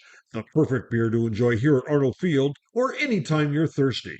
Sonoma Springs and the Sonoma Stompers, where your next beer is always on deck.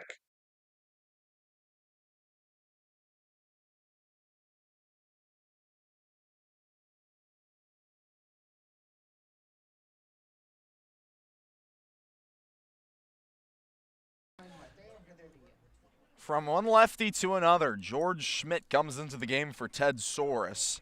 The 6', 200-pound left-handed pitcher is a two-way guy for the Seagulls. He just graduated from Foothill High School out in Pleasanton. He's committed to Cal Berkeley. He comes in a spot of bother. Ben Sebastiani at second, Mateo Heredia, the righty, at the plate.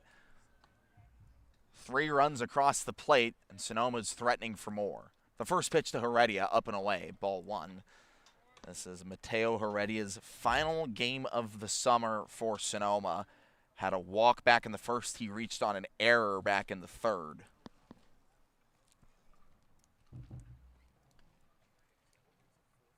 The 1-0. Taken outside for a called strike.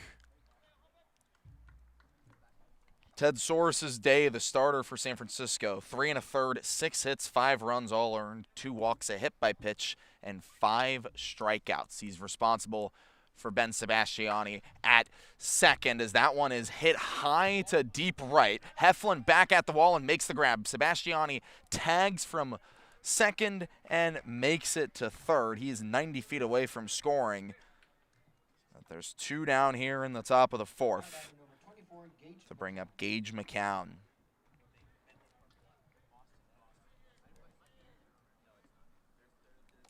Five-1 ball game. Sebastiani at third, 2 outs here in the top of the 4th. Gage McCown, the righty, against the lefty Schmidt.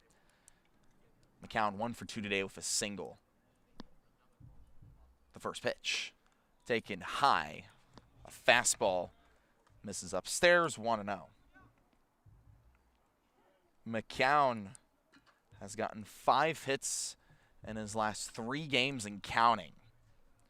That included a couple doubles at Walnut Creek. He pops that one high and foul and out of play towards the Seagulls dugout and bullpen on the first base side. Sonoma housed up the third base side here in San Francisco. The 1-1 to McCown. Taken away, ball 2. Schmidt has been solid this summer for San Francisco on the mound. He's made 4 appearances, 2 of them starts through 9 2/3. He's only allowed 4 earned runs. Unearned, 13. He misses low and in. 2-2 to Gage McCown.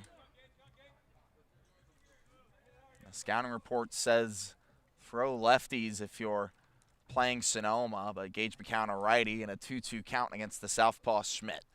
He deals. That one popped up a mile high in the air into shallow right. Heflin and Lamoff run onto it, but it's the second baseman, Tanner Wall, who comes up with it for the final out of the inning. But not before 3 runs crossed the plate on 3 hits, including a Bryson Ayala home run. We head into the bottom of the 4th, and a 5-1 ball game, the Stomps lead.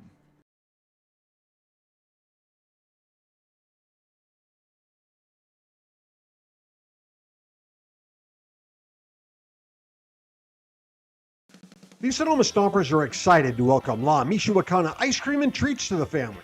La Michoacana ice cream is rooted in the world-famous ice cream traditions of Mexico. La Michoacana uses only fresh, natural ingredients, using recipes that have been handed down for generations. Every paleta is made by hand. Every scoop is crafted with love. Every bite, muy delicioso. La Michoacana Ice Cream and Treats, located at 18495 Highway 12 in Sonoma, 1219 Grant Avenue in Novato, and of course, right here at the ballpark. Hey, baseball fans, when visiting Sonoma, make sure to dine at Wit and Wisdom, a modern American tavern by world-renowned chef Michael Mina. Wit and Wisdom is famous for hearth cooking, their extensive wine list, and an upscale yet relaxed atmosphere. Wit and Wisdom is located at the Lodge at Sonoma. Make a wise choice. Dine at Wit and Wisdom in the heart of Sonoma.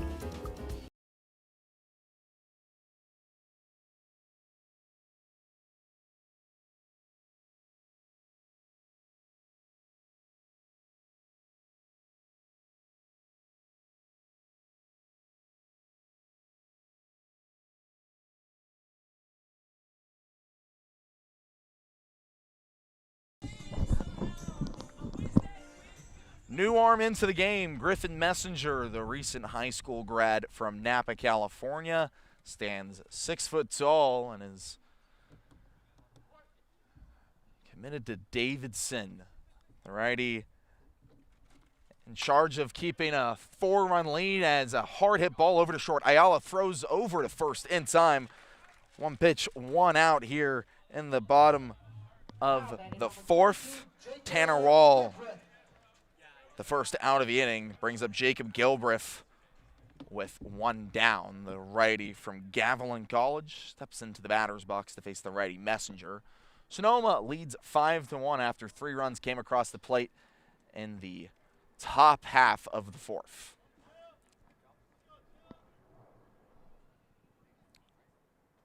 Messenger, deep breath, and comes home. Misses away 1-0. This is the 4th appearance of the year for Griffin Messenger, who's 1-0. He's pitched 4 2/3. He's given up 4 hits, 2 walks, no strikeouts, but crucially, no runs. The 1-0 popped up out of play and towards the Stompers dugout. Counts 1-1.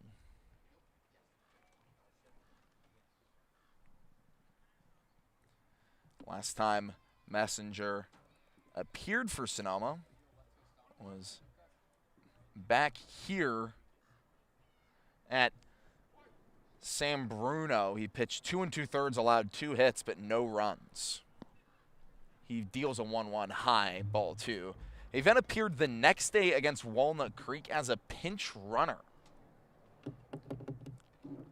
Made it all the way home, thanks to a Ben Sebastiani 2-run single. 2-1 is hit hard and high to left. Jones at the wall and makes the grab for the second out of the inning.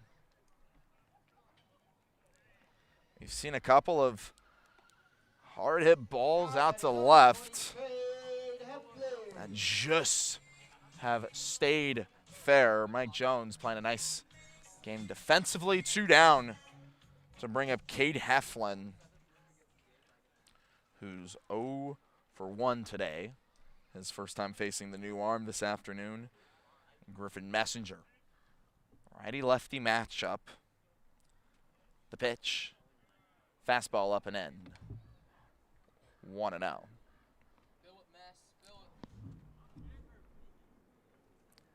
Heflin hitting just 174 on the year. Gets a 1-0 and looks at it high, ball 2. He was at the center of controversy a couple weeks back. Hit twice before 2 of his teammates even took an at-bat. As he hits that one into right center for a base hit, Johnson and Heredia come together as Heflin is digging for second. The throw over to second is in time, and the tag applied. Cade Heflin got greedy on what would have been a single. Instead, he's tagged out at second as we head into the top of the 5th. A 1-2-3 inning for Griffin Messenger.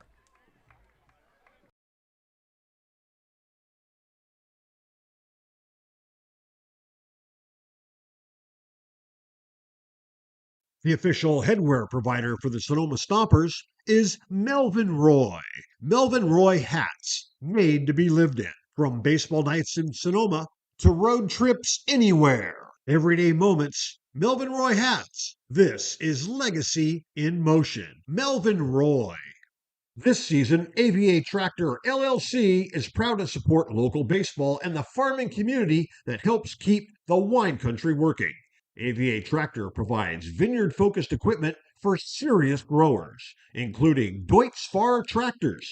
From daily farming needs to the next generation of vineyard equipment, AVA Tractor is built for Napa and Sonoma growers who need ROI, local support, and equipment that can work in real vineyard conditions. Hit it out of the park with AVA Tractor LLC. Solutions made for your vineyard.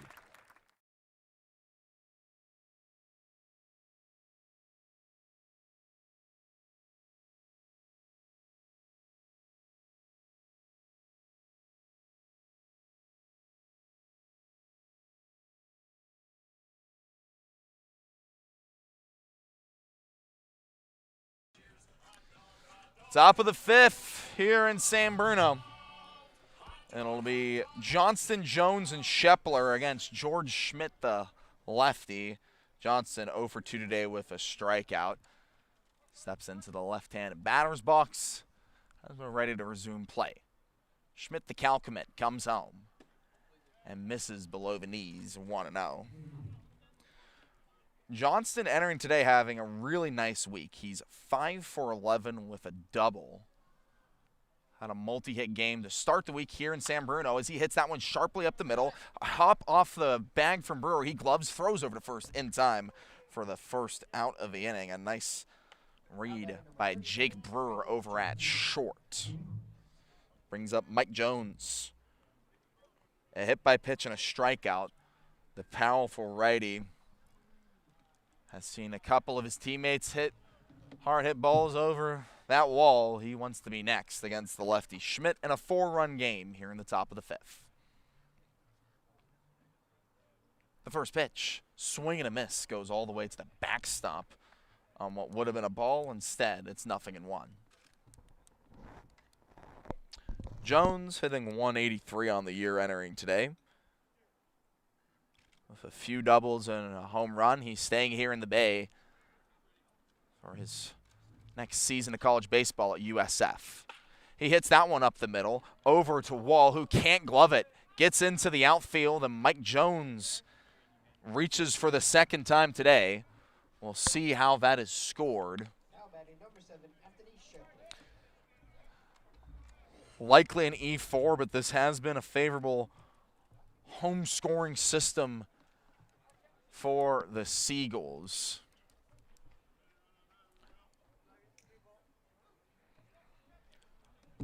We'll see how it's rolled. Brings up Anthony Shepler with 1 on, 1 down. In the middle of the infield, that double play depth. Lefty, Schmidt comes home. And Shepler looks at it for a called ball. Shepler has reached both times he's been up today. A single and then a walk to start the fourth. He was one of 3 runs across home plate in that inning. The 1-0. Gets past the catcher, Lopez, and all the way to the wall. Jones digs for second. The throw is in time, and the tag applied. The error is erased as Jones tried to take second on a wild pitch. 2 down in the inning.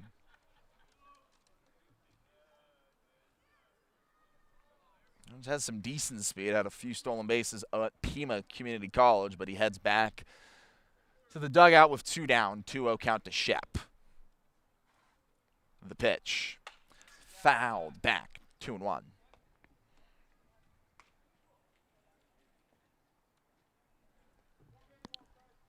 Shepler started out at Ohio State before transferring to San Jose State this past spring.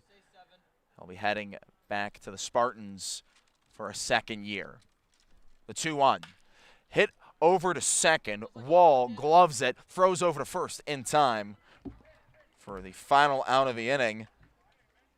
George Schmidt faces the minimum here in the top of the fifth. We head to the bottom half of the inning. 5-1, Sonoma leads.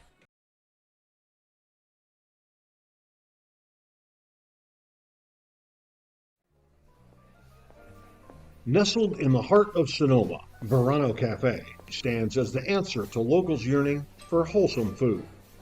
Opened by Veronica Perez and Carlos Rubio, this cozy diner is nestled conveniently at the crossroads of Highway 12 and Verano Avenue. At Verano Cafe, breakfast, lunch, and dinner are experiences crafted with love and local ingredients. Each dish is a symphony of taste.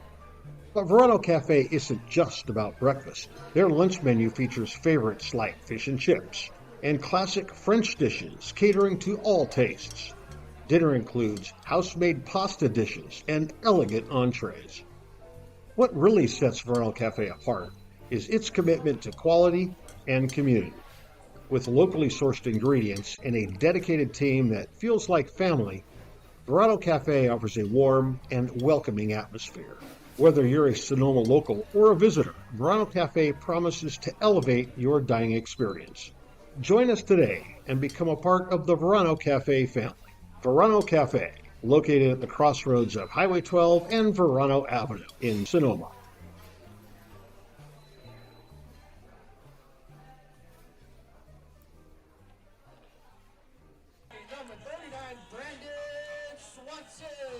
San Francisco and Sonoma resume play here in the bottom of the fifth, and a 5-1 ball game. The Stomps lead. It will be 9-1-2. Swanson, Hurtado, and Brewer facing Griffin Messenger, the righty, who's out for his second inning of work. Working from the first space side of the slab, comes home on a first pitch to the righty, Swanson, who looks at it for a ball. Swanson flew out to left field back in the second inning. He's 0 for 1 today. The 1-0.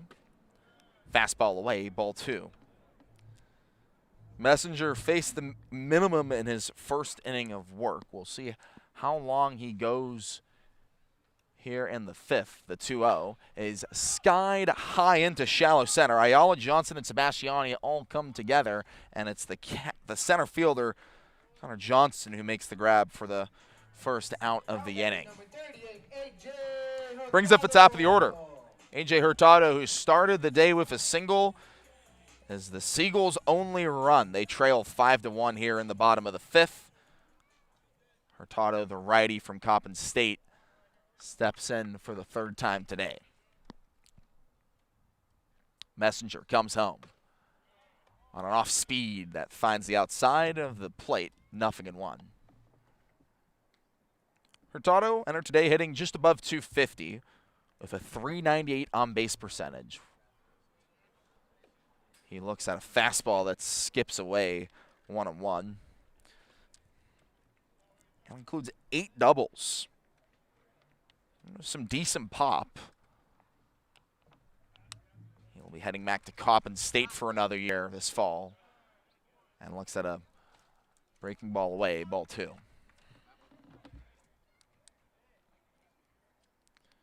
Jake Brewer, the team lead in average, is on deck for San Francisco, who trail by 4, and Hurtado in a 3-1 count as he looked at a fastball high.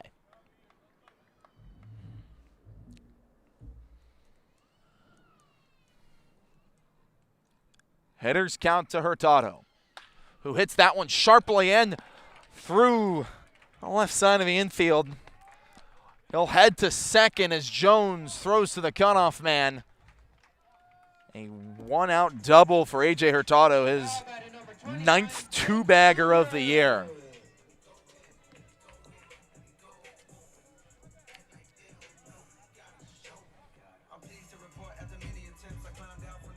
Hurtado now the first man in scoring position since that first inning where the Seagulls had the bases loaded but could only score a run. They trail 5-1 with one down here in the bottom of the fifth. Messenger faces another righty, Jake Brewer, 0 for 2 today. The first pitch showed bunt and it hits him. But it's ruled a foul ball according to Harold de Guzman. It just got a piece of his bat, and the Seagulls dugout is in disbelief. And now the interim manager, Andres Medina, comes over to talk with the umpire and also check on his batter. A lot quicker checking on his batter than he is talking to the home plate umpire. And now there will be a discussion between the three. Harold de Guzman was the one who was the one who ruled it foul. He'll be meeting with the third base umpire Gustavo Cordova and the first base umpire Harvey Maxey.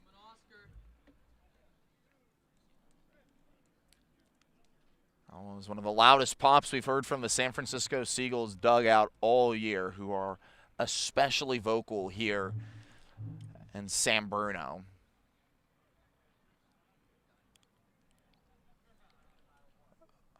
Multiple games where umpires have issued their warnings this year against the Stompers. Harold de Guzman has already talked to them a little bit today, as the three umpires are still meeting up the third base side. 5-1 ball game. And it's ruled a hit by pitch. They said that did not touch Brewer at all. And it's runners on first and second with one down. Zach Pace is displeased at that call. He tells the home plate umpire that he heard the same thing that he heard. And yet, Jake Brewer's at first. Hurtado is at second. That's the third time a Seagull has been hit by a pitch today. 2 on, 1 down. With Davis Gurman, the 3-0 hitter, up to the plate in a 4-run ball game. Righty, first pitch. Swing and a miss, 0-1.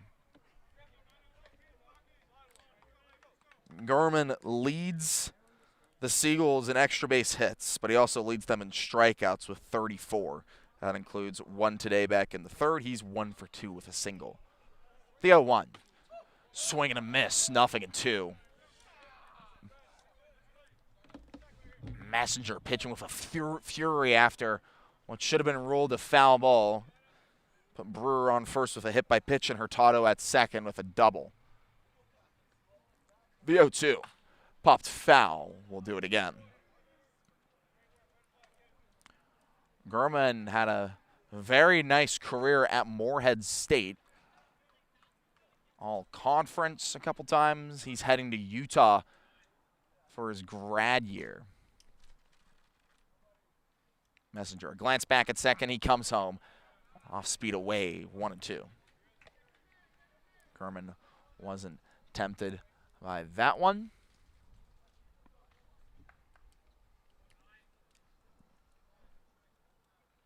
The 1-2.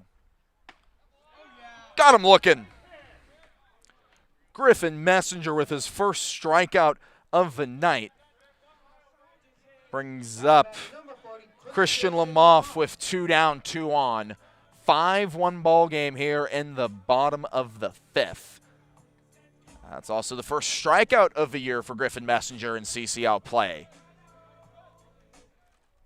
Very nice one at that to get a dangerous hitter down. He'll be facing another dangerous hitter, Christian Lamoff, the powerful lefty, who lines that one foul. Rings off of a building on the third base side.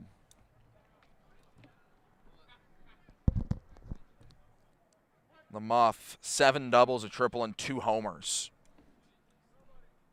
Gets an 0-1 and fouls it right to its dugout. 0-2. A couple of barrels. Both have been fouled. Griffin Messenger, a strike away from getting out of the inning. He has Hurtado at second, Brewer at first, with a 4-run lead to defend here in the bottom of the 5th. The 0-2. Hit through the left side of the infield for a base hit. Jones charges onto it, scoops it off the ground. The throw comes to third as Hurtado crosses home plate. Brewer stays at second, and Lamoff, with his first hit of the day, gets his 23rd RBI. It's 5-2 in the bottom of the 5th with 2 out. Brings up Ethan Lopez, who's 0 for 2 today. The one batter yet to face Griffin Messenger this evening for San Francisco.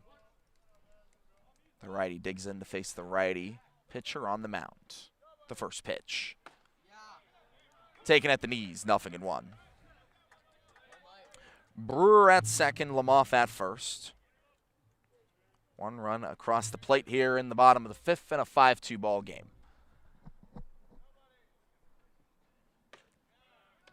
Oh, 1 becomes 0-2 on a pitch away. Lopez wasn't even tempted at that one, and he's quickly in a 2-strike count. Messenger got in a 2-strike count against Lamoff, but couldn't retire him. Could he change that fate here against Lopez? A look back at second. Messenger steps off the mound.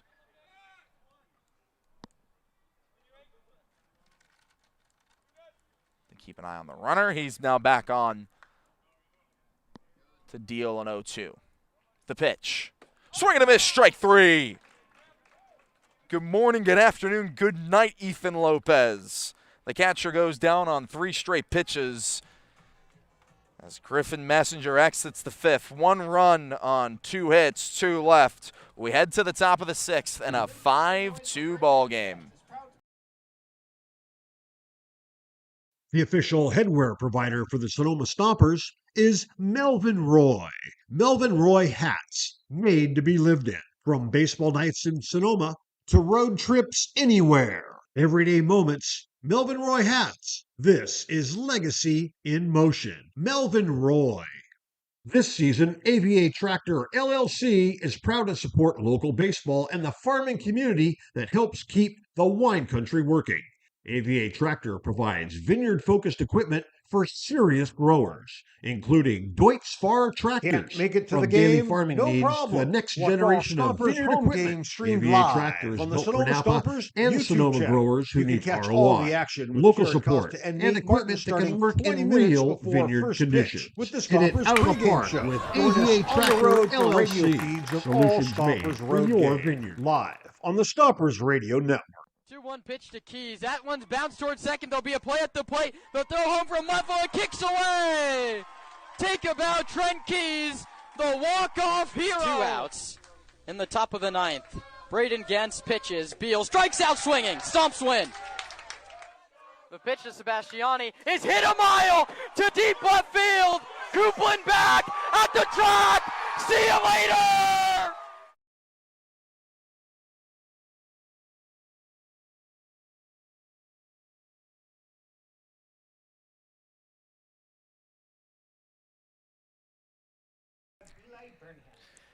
Eight, 9, and 1 up for Sonoma, who lead 5-2 in the top of the 6th. Eli Burnham, Bryson Ayala, and Misael Urapero face George Schmidt. Only one batter to reach against the lefty committed to the Cal. He's facing the righty, Eli Burnham, who's heading back for his 2nd year at UC Davis. The first pitch, fastball up and away, 1-0. Burnham yet to reach this summer for Sonoma. This is his 3rd game played and 2nd start. He's 0 for 9 with 4 strikeouts. The 1-0. Hit up the middle and gloved by the shortstop Brewer, who throws across the first in time. Eli Burnham going to have to wait another at bat to get his first hit of the summer. He goes down 6-3 to bring up Bryson Ayala, who's had a fantastic day thus far. An RBI single back in the 2nd, a 2-run homer back in the 4th. That was against the starter Source, his first time facing George Schmidt. The first pitch, Ayala takes it up and away, 1-0. And now extends Ayala's number on RBIs to 13 on the year. As he gets a 1-0 and hits that one high to left center. Gurman comes in and makes the grab for the 2nd out of the inning. Ayala now 2 for 3 on the day. But still one of his best games of the summer for Sonoma. Brings up the top of the order with 2 very quickly out. In a 5-2 ball game, Sonoma controls. Arm starting to get loose for Sonoma. It is a righty. As the lefty Urapero looks at a strike at the top of the zone, 0-1. Schmidt had faced the minimum back in the 5th. He's an out away from doing the same here against Urapero. the 0-1. Taken away, ball one.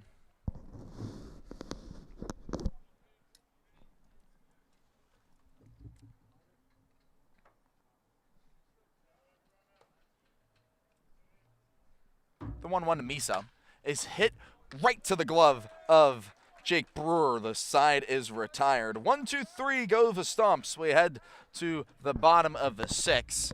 Sonoma in front, 5-2.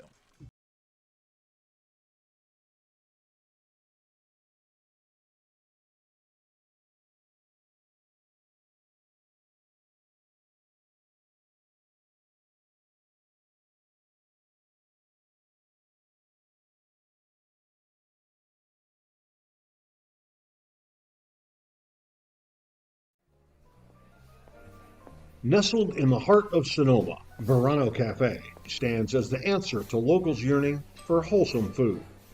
Opened by Veronica Perez and Carlos Rubio, this cozy diner is nestled conveniently at the crossroads of Highway 12 and Verano Avenue. At Verano Cafe, breakfast, lunch, and dinner are experiences crafted with love and local ingredients. Each dish is a symphony of taste. But Verano Cafe isn't just about breakfast. Their lunch menu features favorites like fish and chips and classic French dishes catering to all tastes. Dinner includes house-made pasta dishes and elegant entrees. What really sets Verano Cafe apart is its commitment to quality and community. With locally sourced ingredients and a dedicated team that feels like family, Verano Cafe offers a warm and welcoming atmosphere. Whether you're a Sonoma local or a visitor, Verano Cafe promises to elevate your dining experience. Join us today and become a part of the Verano Cafe family. Verano Cafe, located at the crossroads of Highway 12 and Verano Avenue in Sonoma.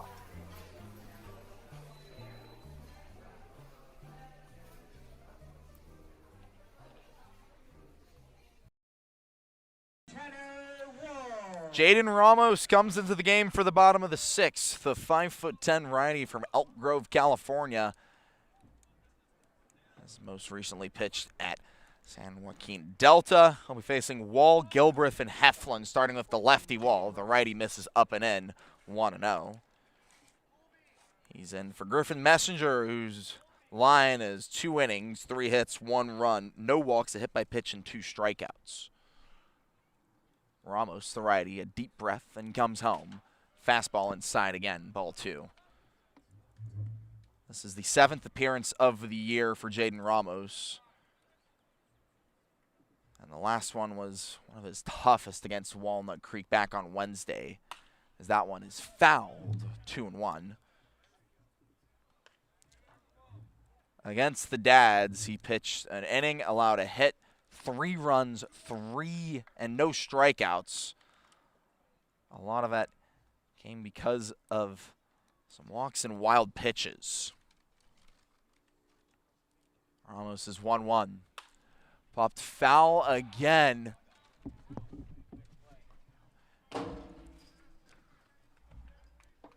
One and 2 the count now to Tanner Wall.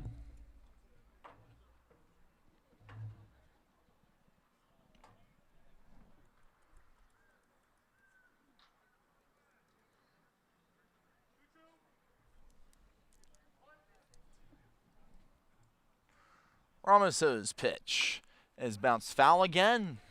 Good fight here from Tanner Wall, who had a hit by pitch back in the 1st. He grounded out back in the 4th.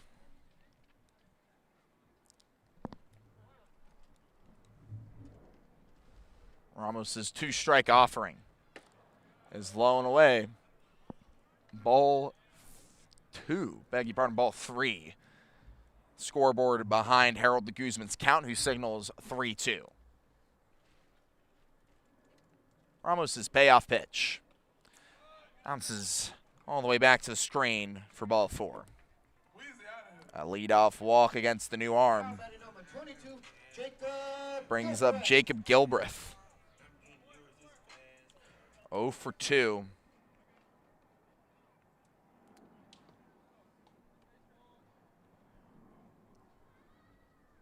Hitting 140 on the year, entering into that number surely dropped this evening.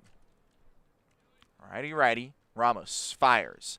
That one is popped foul up the left first base side, and Anthony Shepler couldn't make the grab right next to the field light. 0-1.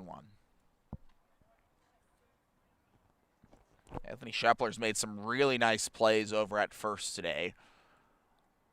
Has prevented a couple of line drives from getting through the right side of the infield.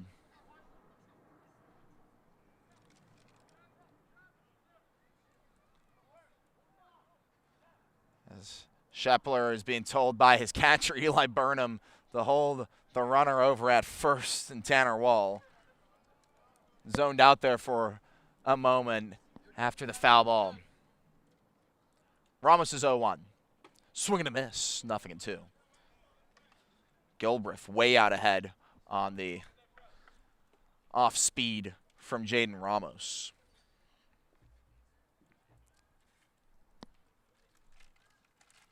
Ramos waves off the catcher, Eli Burnham, and eventually agrees on the sign.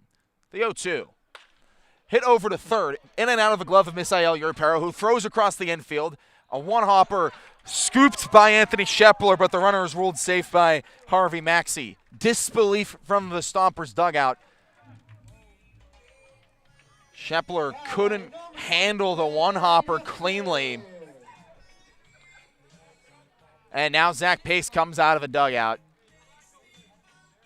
And there's a warning issued to the dugout by Harold de Guzman. Zach Pace tells his players to quiet as he comes over to the first base umpire, Harvey Maxey, to have a word.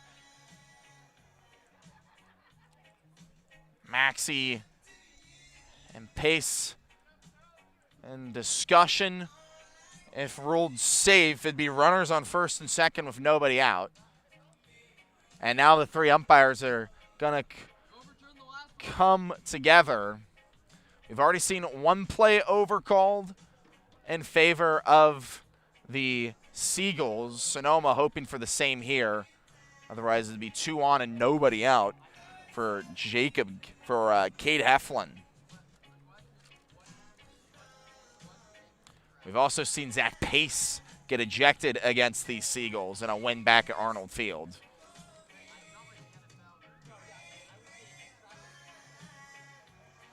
And the ruling is upheld. Gilbreth is safe at first. We'll see how it's scored. A single for Jacob Gilbreth. 1 for 3 on the day. First and second, nobody out for Cade Heflin.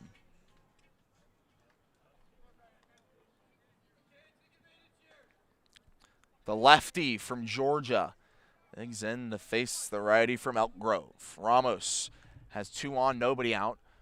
Here in the bottom of the 6th in a 3-run game. Bunt laid down up the third base line, and it goes foul. Good read by Eli Burnham to let that one cross the foul line. Very likely would have been a bunt single if it stayed fair, as Urapero didn't charge it quick enough.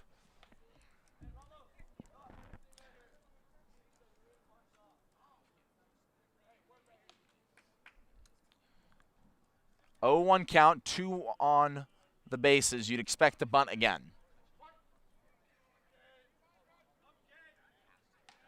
Ramos steps off the mound to gather. Heflin not showing bunt just yet. Ramos gets set. The 0-1 comes in as that one's fouled back, 0-2. I guess Heflin was trying to bunt for a single there.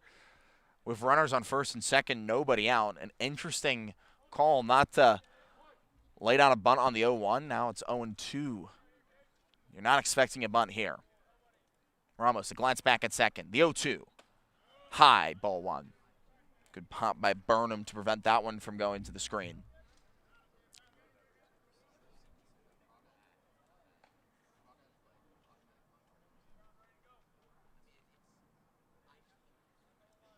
Middle of the infield, that double play depth. The 1-2. Fouled back to the screen. We'll do it again.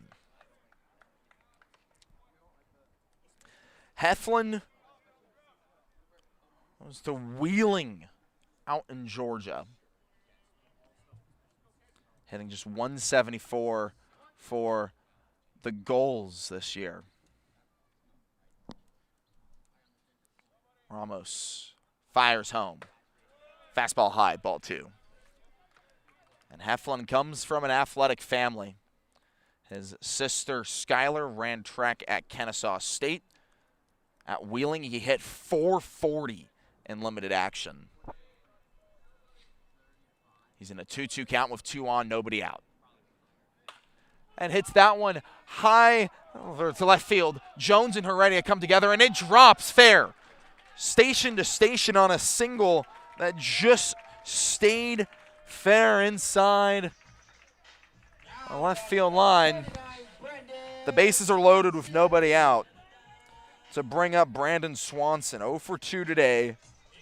A chance to get his 4th RBI on the year at the very least.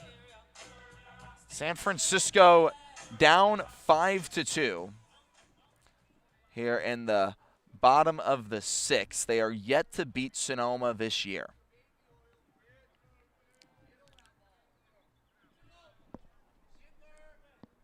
The first pitch, foul back, 0-1. Middle of the infield stay at double play depth. Now Europero and Shepler are in.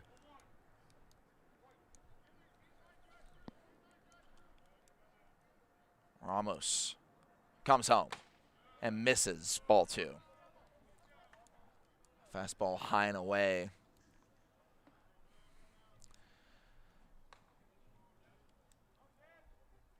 Ramos looking for a 2-ball to get out of the inning.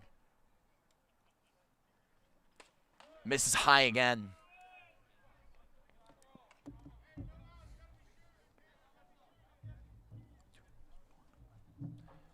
2-1, nobody out.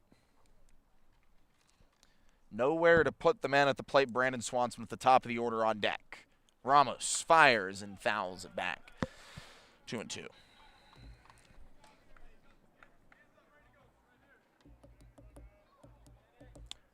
Ramos needs a strikeout. He's in a 2-2 count against Brandon Swanson. Entering today hitting .239 with 3 RBIs and 6 doubles. He hits that one to right center. Heredia and Johnston come together, and it's Heredia who fields. He throws over to third, not in time. A sacrifice fly from Brandon Swanson. Scores Tanner Wall, advances Jacob Gilbreth to third. It's runners at the corners with 1 down, and a 5-3 ball game here in the bottom of the 6th.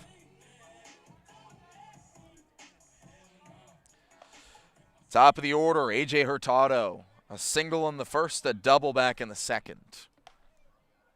Middle of the infield at double play depth with a runner at first and a runner at third. Righty. First pitch is popped foul and out of play.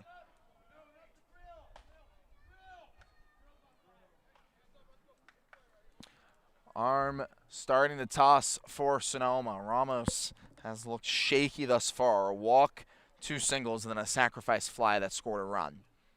He's ahead 0-1 against the top of the order, or Hurtado. The 0-1. Taken below the knees, ball 1.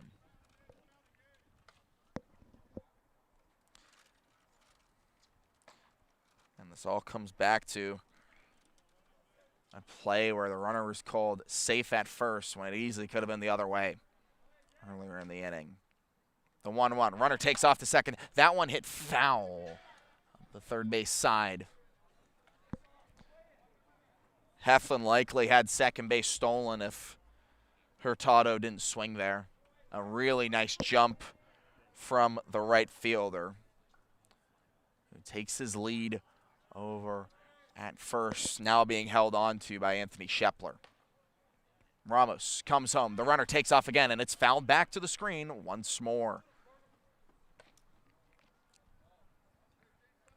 You got to wonder if Jaden Ramos will maybe throw back to the runner over at first next time around. Heflin has shown that he'll steal back-to-back pitches now.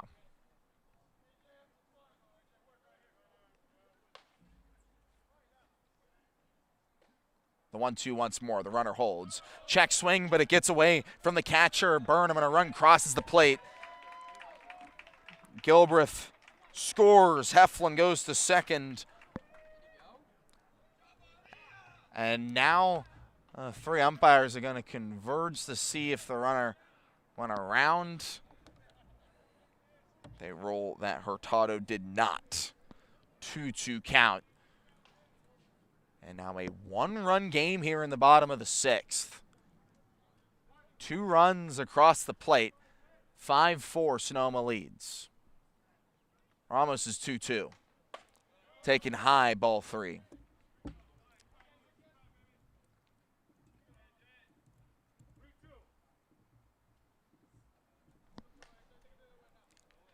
Free 2 count with a runner at second and Cade Heflin.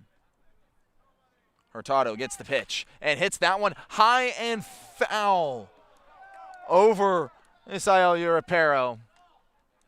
One just next to the field of the play. It's of a disbelief of the dugout for San Francisco, who are still complaining about the call. Harold de Guzman stares him down. He's now ready for another pitch. Ramos is 3-2. Taken low for a ball. The runner takes off for third. The throw in time. A great read by Eli Burnham. An even better throw. 2 down in the inning. The lead runner is out. Brings up Jake Brewer with a runner on first, but now any out gets Sonoma out of the inning. An interesting call by Cade Heflin, who got aggressive there. If he just stayed at second, it would have been runners on first and second with 1 out in a 1-run game. Now it's just a runner on first with 2 out. The righty Brewer digs in and swings and misses at a first pitch. 0-1. Brewer 0 for 2 today with a hit by pitch back in the 5th. His first time facing Jaden Ramos this evening. Lights on. They are yet to take effect here in San Bruno. The 0-1. Swing and a miss. Strike 2. Brewer chased the pitch in the dirt. Couldn't reach it.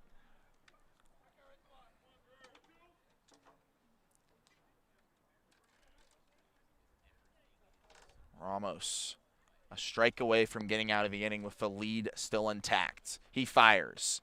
Misses high. Ball 1. Burnham liked the fastball there. Location just a little too high.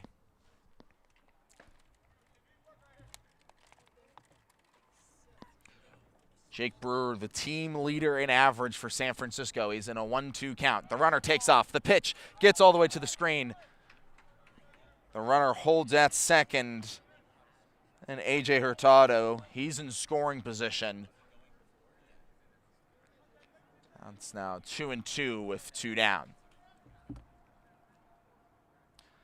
Likely will be ruled as a stolen base. He took off before the pitch was even fired.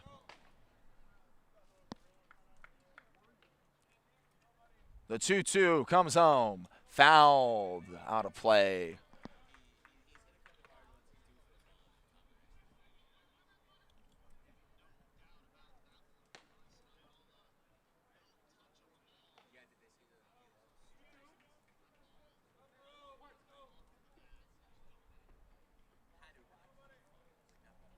The 2-2 once more.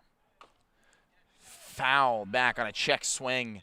Attempts from Jake Brewer. Still in a 2-2 count.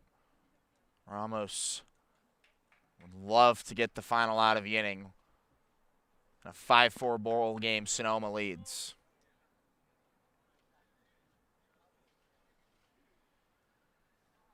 Agrees on a sign with Eli Burnham. Comes home. High, ball 3. The runner takes third base on a stolen base again. Hurtado, like I thought, on the throw before it even came in. He's 90 feet away from scoring and tying the ball game. Ramos' payoff pitch. Fouled. We'll do it again.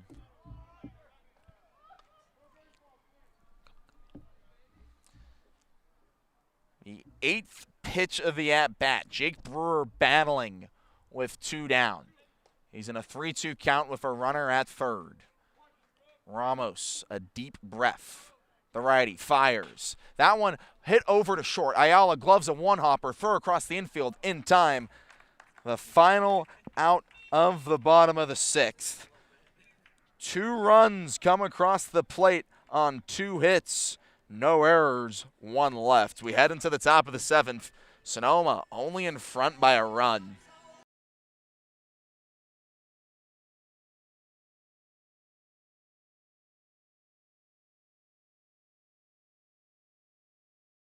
The official headwear provider for the Sonoma Stompers is Melvin Roy. Melvin Roy hats, made to be lived in. From baseball nights in Sonoma to road trips anywhere. Everyday moments, Melvin Roy hats. This is legacy in motion. Melvin Roy.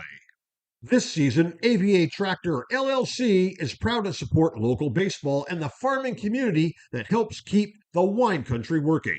AVA Tractor provides vineyard-focused equipment for serious growers, including Deutz Fahr tractors. From daily farming needs to the next generation of vineyard equipment, AVA Tractor is built for Napa and Sonoma growers who need ROI, local support, and equipment that can work in real vineyard conditions. Hit it out of the park with AVA Tractor LLC.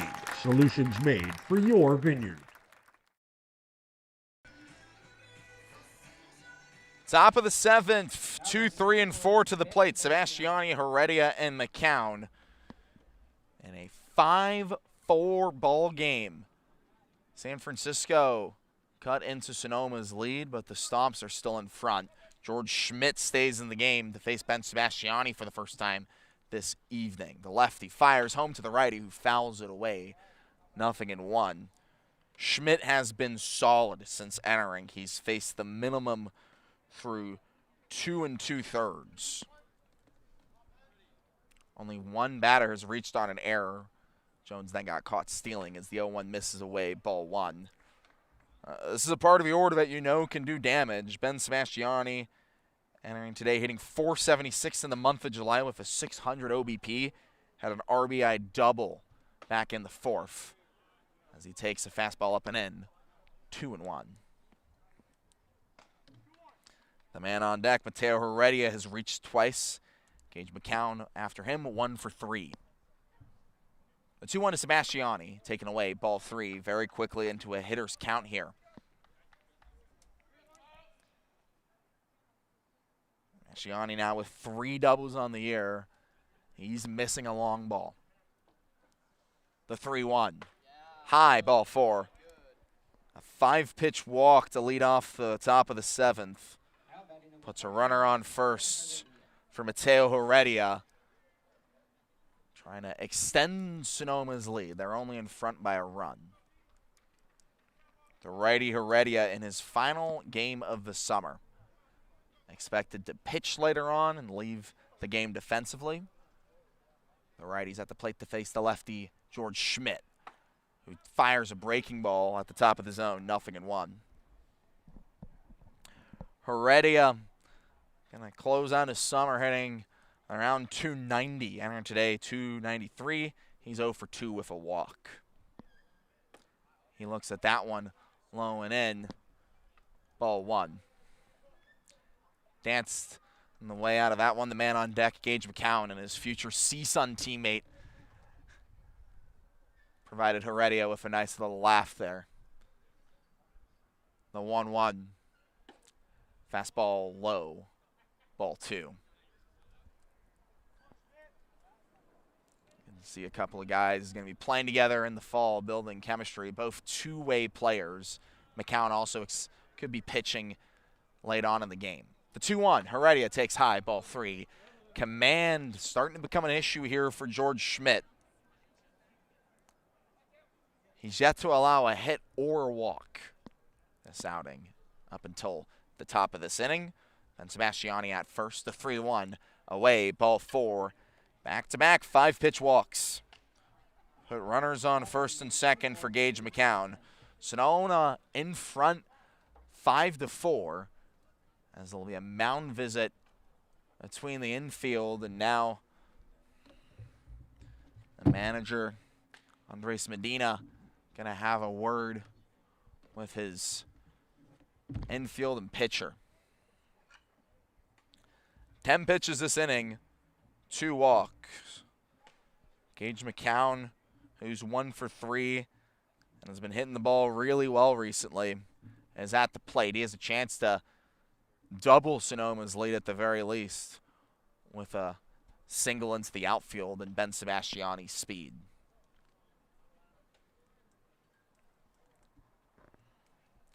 Mound visit over. Everyone heads back to their respective stations.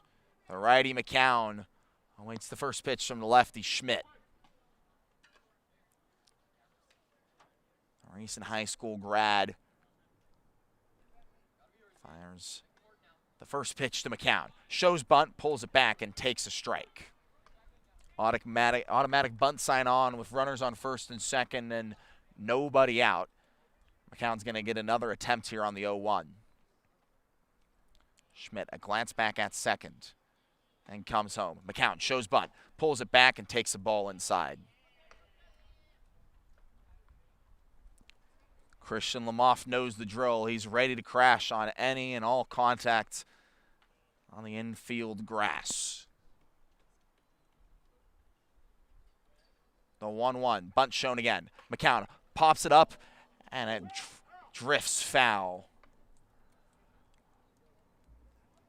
A one-hopper that drifted foul right in front of home plate. Counts now 1-2. And you're not expecting a bunt now. And a 2-strike count. Sebastiani at second, Heredia at first.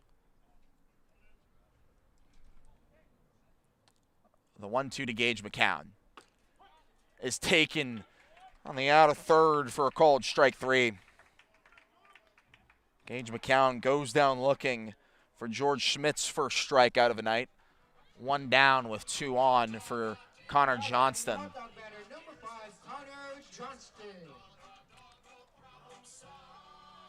Johnston 0 for 3 today with a strikeout. Has a chance to extend Sonoma's lead with runners on first and second and 1 down. The lefty against the lefty, George Schmidt. The pitcher fires. A breaking ball at the dirt for a ball, 1-0. Johnston grounded out to short the first time he faced Schmidt. The 1-0.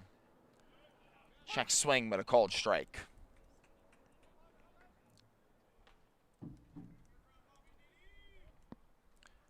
Middle of the infield, that double play depth. The ground ball would get George Schmidt out of the inning after back-to-back walks to start it. The 1-1. Bounced over to third, taken to the bag himself to throw across the infield in time. 5-3 double play. We head into the bottom of the 7th in a 1-run game as we get ready to stretch here in San Bruno.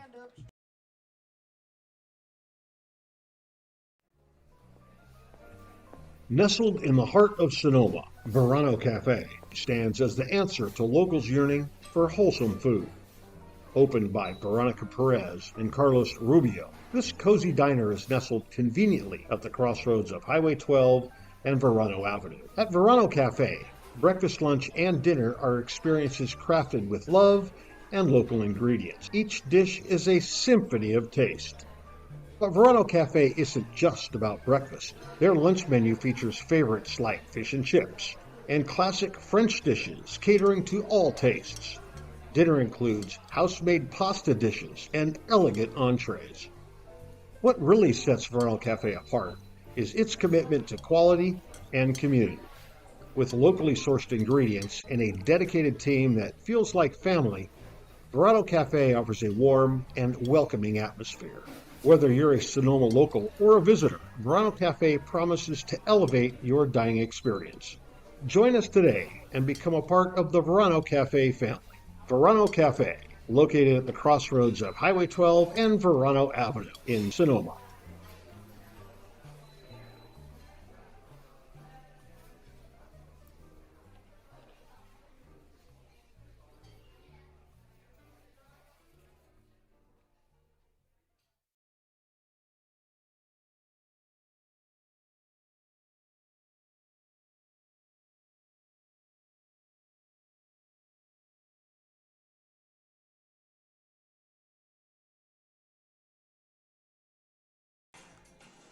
Bottom of the 7th here in San Bruno. It's a one-run game. Sonoma leads.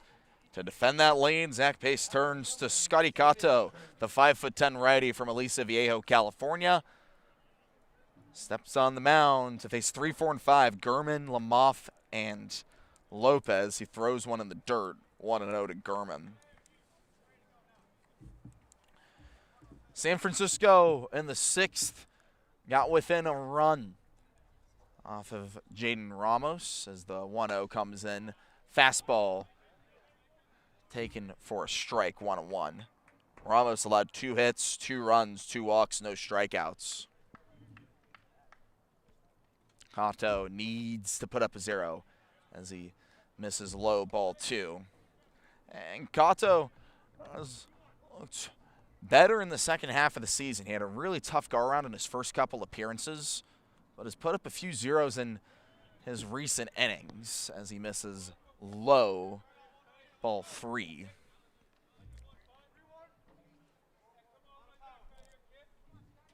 Hitters count to Davis Gurman, the 3-hole hitter, who swings and hits that one to left field. Jones runs over and watches it and catches it for the first out of the inning. That's a big out, Davis Gurman. You got another one here in Christian Lamoff, who's reached all 3 times he's been up. A walk, a hit by pitch, and a single that scored a run back in the 5th. Nobody on, 1 down, and the bottom of the 7th. The righty Cato, who's heading to Shamanov in the fall, fires to the lefty, who pops that one up into foul territory up the third base side. Urapero comes over and makes the grab. A lot of ground covered for Misael Urapero, but he records the second out of the inning. A couple of nice defensive plays for Sonoma. 2 very quickly down here in the bottom of the 7th to bring up Ethan Lopez. 0 for 3 today with a strikeout. The lefty steps in to face, I beg your pardon, it's now Marcus Graham into the game for Ethan Lopez. Lefty from Missouri Baptist looks at a fastball below the knees, 1-0. Alec Murray starting to warm up for Sonoma. Appears to be his 8th inning as Cato fires a strike, 1-1.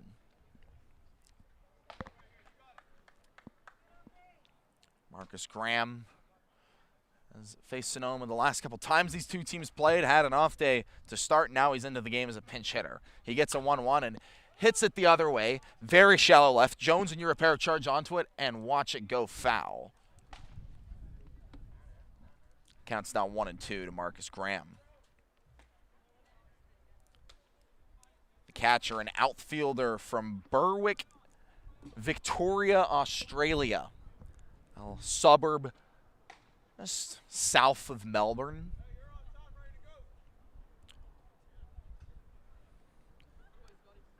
The shortstop, Bryson Ayala, is also from Melbourne, that of the Florida variety. His 2-run homer is a part of the reason why Sonoma leads, as the fastball is just a little too high.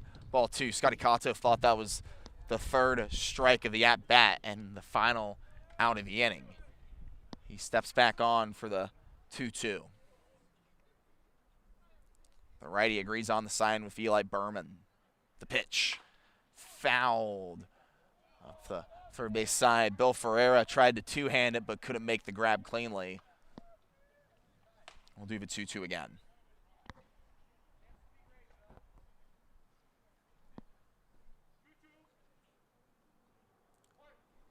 Kato a strike away from a 1-2-3 inning. He agrees on the sign with Burnham. He fires. That one hit high and foul out of play. Up the third base side towards a footpath that hugs foul territory. There really is no clear drawn line where it goes out of play, foul. When you kind of refer to as a batting cage is set up. Kato's 2-2 once more. Taken for a called strike 3. Scotty Kato with a clean 1-2-3 seventh. Sonoma holds on. They're up 5-4 as we head to the top of the 8th. Kieran Costa takes over on play-by-play for what should be a thrilling last 2 innings here in San Bruno. The official headwear provider for the Sonoma Stompers is Melvin Roy. Melvin Roy hats, made to be lived in. From baseball nights in Sonoma to road trips anywhere. Everyday moments, Melvin Roy hats. This is legacy in motion. Melvin Roy. This season, AVA Tractor LLC is proud to support local baseball and the farming community that helps keep the wine country working. AVA Tractor provides vineyard-focused equipment for serious growers, including Deutz Fahr tractors. From daily farming needs to the next generation of vineyard equipment, AVA Tractor is built for Napa and Sonoma growers who need ROI, local support, and equipment that can work in real vineyard conditions. Hit it out of the park with AVA Tractor LLC. Solutions made for your vineyard.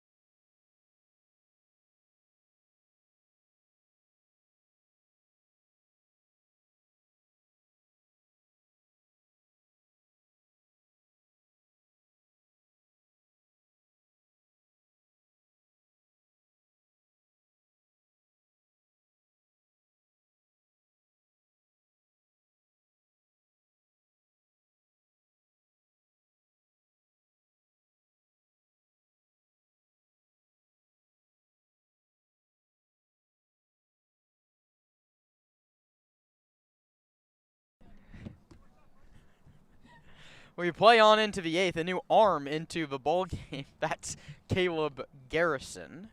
He relieves George Schmidt. So Soros to Schmidt and now Garrison. Stompers lead by a lone run. Your score 5-4 in the 8th. Jones, Shepler, and Burnham.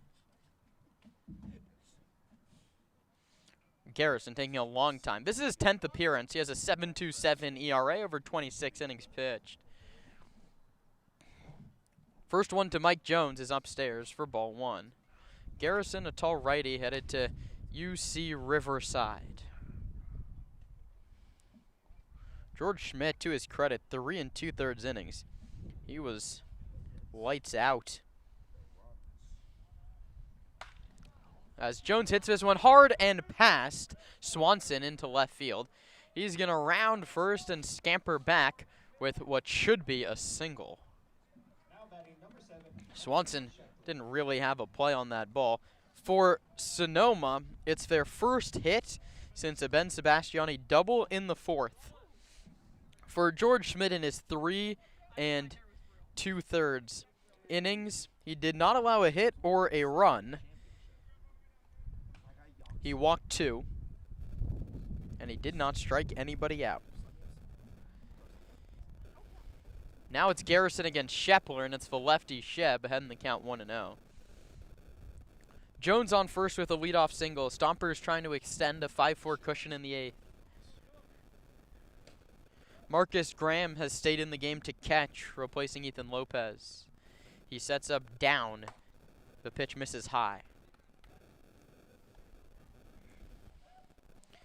So how about that for George Smith? 3 2/3 no-hit innings, only a couple of walks, and he ended just one batter above the minimum. There was an error erased on a caught stealing, and one of his 2 walks was erased on a 5-3 double play.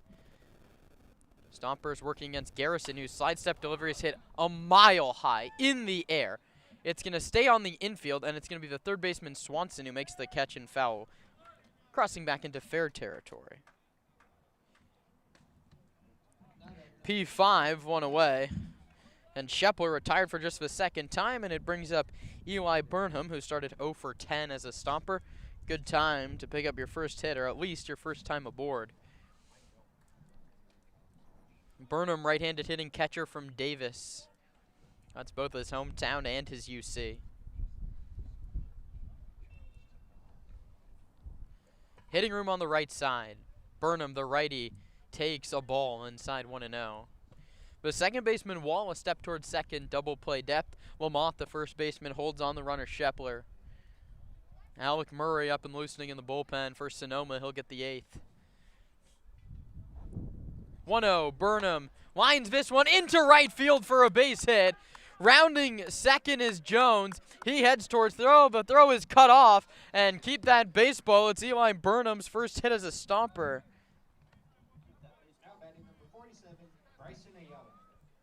First CCL knock for Burnham. Jones goes first to third, and the Stompers are set up to add to their lead. With the man of the day so far, Bryson Ayala, RBI single in the second, 2-run homer in the fourth, his second long ball, and he's tallied RBI 11, 12, and 13.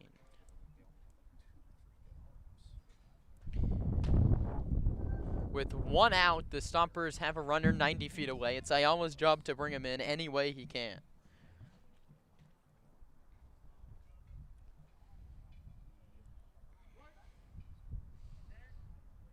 Tall right-handed hitter.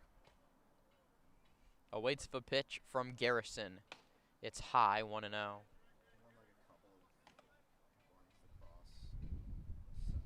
Stompers have gone quiet here in the middle innings. No runs in the 5th, the 6th, or the 7th after that 3-run 4th. But a chance to find the ledger once more. The pitch to Ayala down and away, 2-0. And there's a base open here, second base. I don't know if you want to walk Ayala and flip it back to the top and Misael Uripero.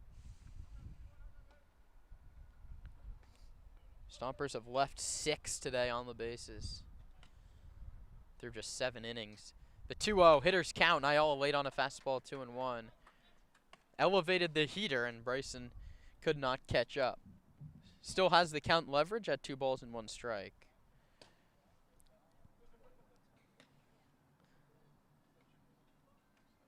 Sonoma aiming for the 22nd win. Ayala pops it up. It's on the infield. Brewer 1 step onto the left field grass, makes the catch. And that is a big second out without the run coming home.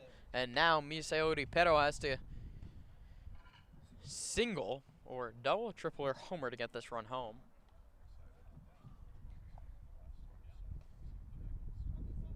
The leadoff man today is 1 for 4.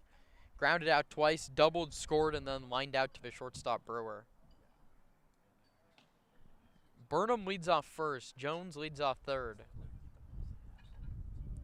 Misa, left-handed hitter. Swings and misses. Uripero with the bright pink Nike cleats, the bright pink ankle guard on the front ankle, and the bright pink batting gloves. Has the purple helmet for True North Academy down in Miami, where he played his high school ball. Played his freshman season at Youngstown State, and he takes up and out. It counts 1-1. Uripero shared the field at True North with his cousin Angel Garcia. The two both hail from Caracas, Venezuela. Angel came to the States a little bit earlier than me, so didn't come until after the pandemic. The 1-1 comes home, and Uripero leaves that pitch off the corner away, 2-1.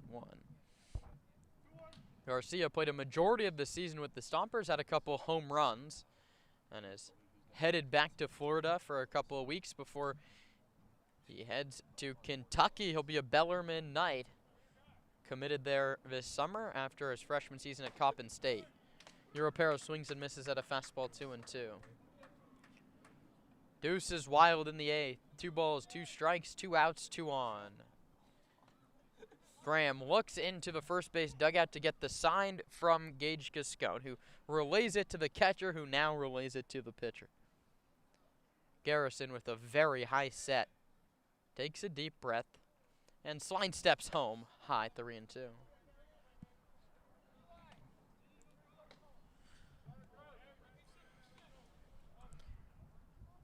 Full count with 2 outs means Eli Burnham will be running on the pitch. Mike Jones will hold at third. Ben Sebastiani on deck if the inning continues. Caleb Garrison's payoff. Europero strikes out swinging, and the inning is over. So Caleb Garrison works around a couple of singles, no runs, 2 hits, no errors, 2 left. Midway through the 8th inning of play, Sonoma 5, San Francisco 4. You're listening to Stompers Baseball on the Sonoma Stompers Broadcast Network.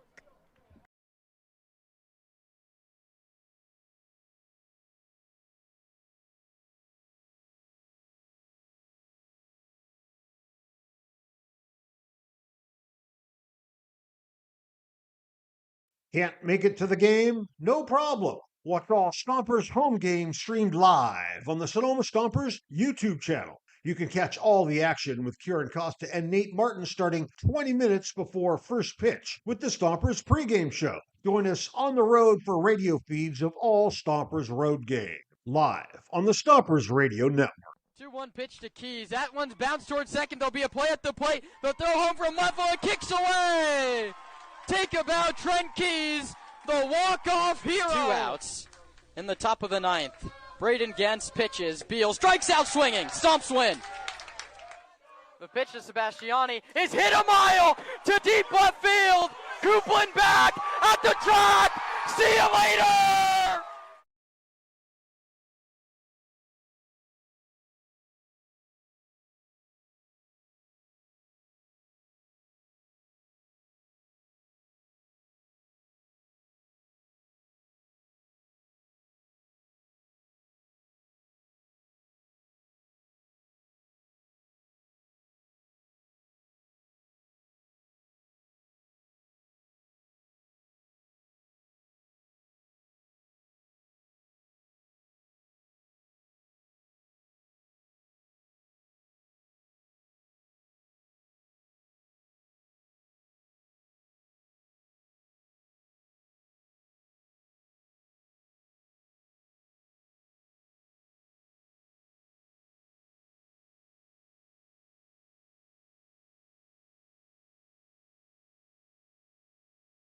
Hey, Stomper fans! Sonoma Springs Brewing Company has created a new special beer just for us. It's called On Deck. It's a light, crisp lager brewed for a smooth, refreshing finish. The perfect beer to enjoy here at Arnold Field or anytime you're thirsty. Sonoma Springs and the Sonoma Stompers, where your next beer is always on deck.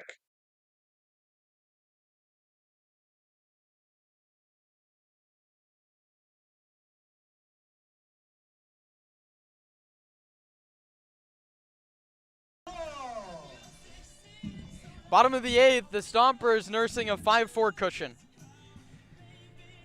New arm into the ballgame is Alec Murray, the righty from Fordham, making his 9th appearance. He's gone 14 2/3 innings. And he's pitched against these Seagulls a couple of times. He delivers a pitch that gets the home plate umpire Harold de Guzman straight on. I think that one hit right off of the glove of Burnham and got a piece of the home plate umpire de Guzman, who's walking around in some significant pain. Nobody comes out to take a look at him.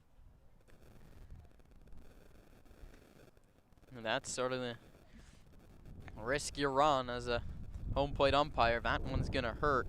That one's probably going to be hurting the rest of the way as Eli Burnham goes and talks to Alec Murray before he heads back behind the plate.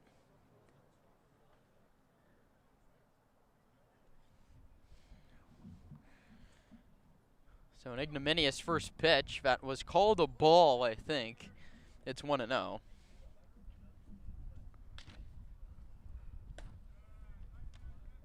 Murray misses low. It's now 2-0.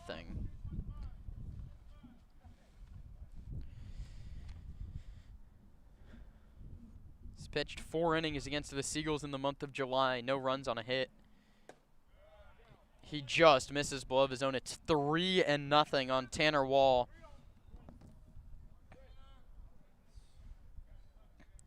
Any base runner would put the go-ahead run at the plate. There's action in the bullpen for the Gulls. Murray comes set at the belt and misses with ball 4 and looks visibly frustrated out on the mound. So his first 4 pitches miss, 4-pitch walk, and it brings up Jacob Gilbreth.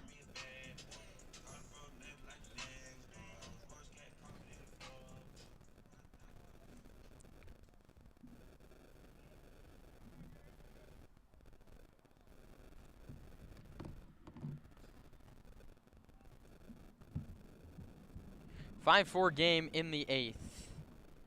Wall at first not running, and there's the first strike of the outing for Murray, who's just allowed his 8th walk of the summer.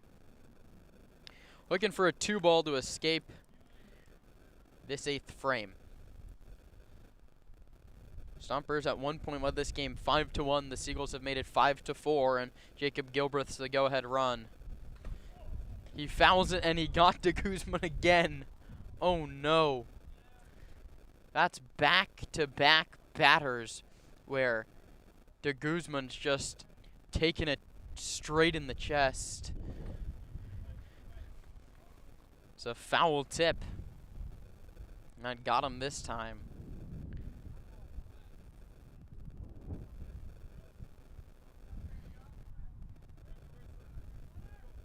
And Eli Burnham going to have an extended conversation with Alec Murray out on the mound, giving de Guzman ample time to regain his breath.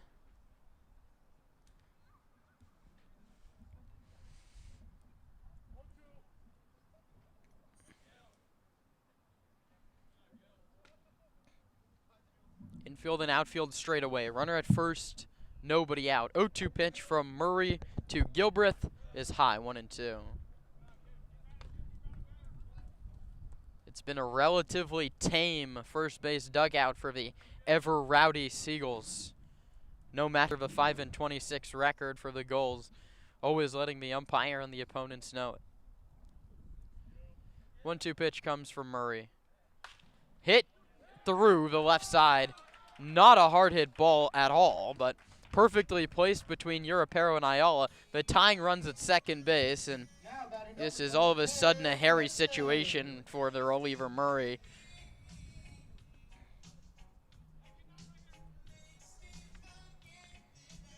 Cade Heflin 2 for 3 with a couple of singles. On his first single, he was thrown out trying to stretch it to a double. He was also caught stealing third base. Tough day on the bases for the light-hitting lefty. He squares to bunt and gets it down up the third base line. Murray fields it, and everybody is safe. The bases are loaded with nobody out. And this would be quite the magic act from the Stompers' 4th reliever. 4-pitch walk, broken bat single, and then a bunt knock have loaded the bases with no outs.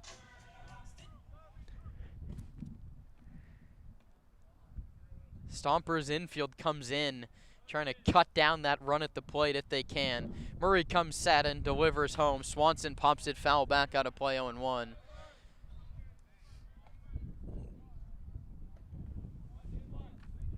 Walk, single, single in the inning.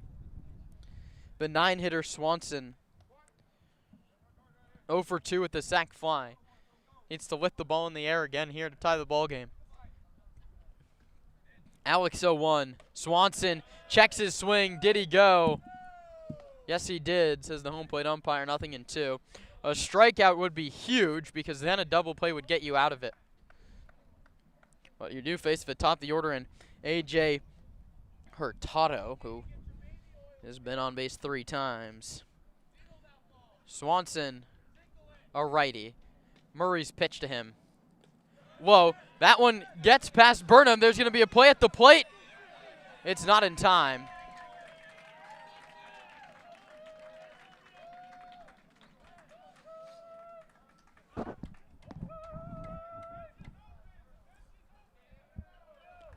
A wild pitch allows a run to score, and we're tied. The go-ahead runs at second, or is at third now, in a 5-5 game.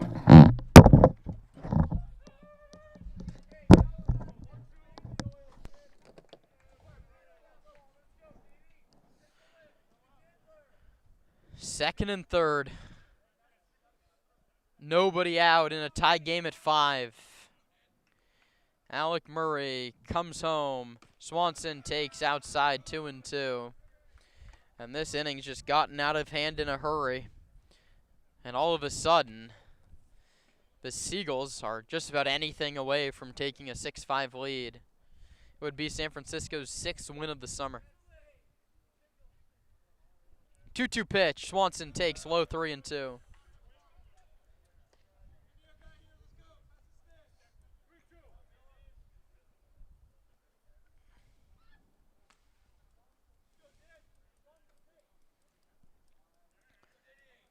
(3-2) with 2 on and no out. Murray delivers. It's served into right. Coming on is the right fielder Heredia. He can't get it. 1 run scores. The second runner, Heflin, tripped rounding third. Either way, it's an RBI single. And a Seagull 6-5 lead. Heflin would have scored easily from second base, but tripped as he came around the third base bag and had to scamper back. And Zach Pace, acting as the pitching coach, is going to come out to top to Alec Murray. He waves off the infield. Walk, single, single, single. And the Stompers have given up the lead in the bottom of the 8th. And they'll once more need some late inning magic against these Seagulls.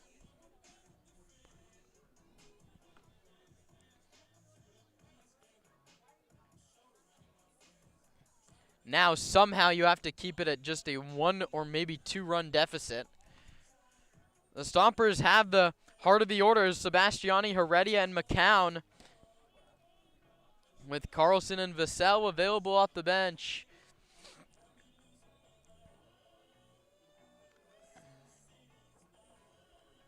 Harold de Guzman's gone out to break up the meeting, but the conversation just ends now.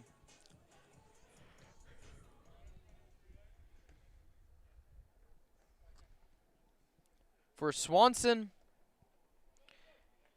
it's RBI number 5 on the season and his 2nd of the day. It's 6-5, and there's still nobody out.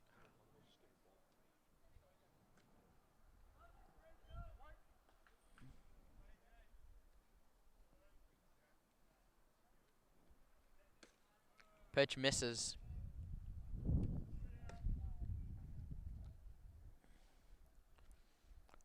And this again could come back to the Stompers' inability to add runs.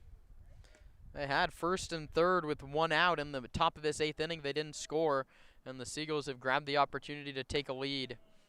Murray misses low again.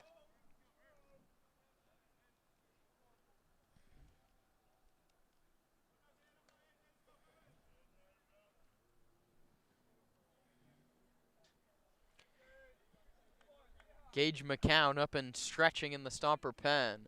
Maybe a little bit late. Runner goes, the pitch is low. Burnham blocks it. It's 3-0. Stolen base for Swanson. Could go as catcher's indifference. Burnham never going to make that throw.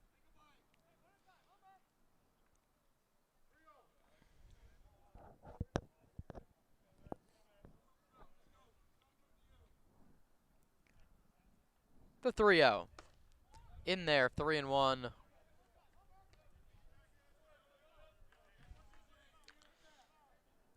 And the Stompers have been on the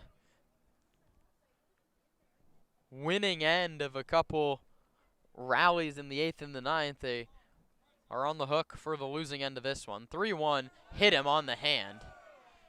And the bases are once again loaded.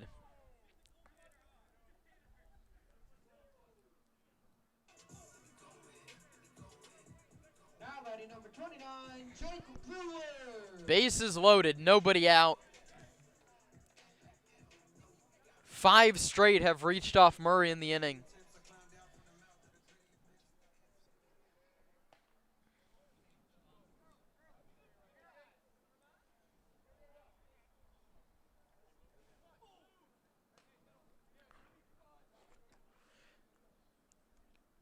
Seagulls are 5-26. This would be a tough go for the Stomps.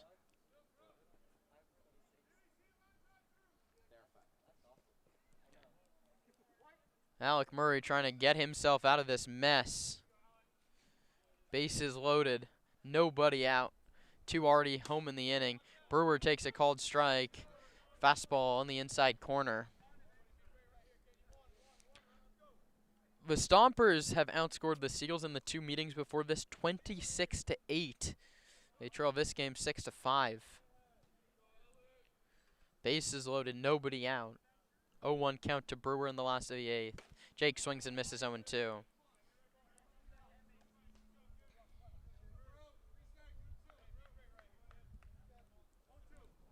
Alec Murray in control of the at-bat.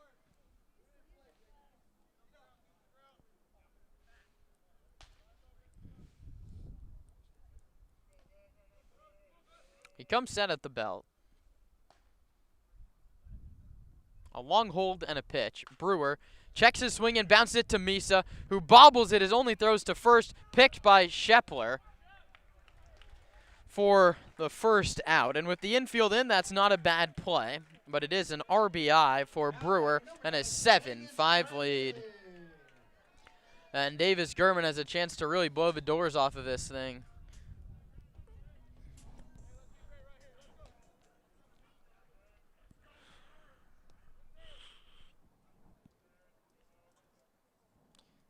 Seagulls trying to play spoiler and push off Sonoma's playoff clinch for at least a couple of days. First pitch to Gurman outside. And Andres Medina trying to go to 1-0 as manager of the Seagulls. The interim today for Mark Caviglia.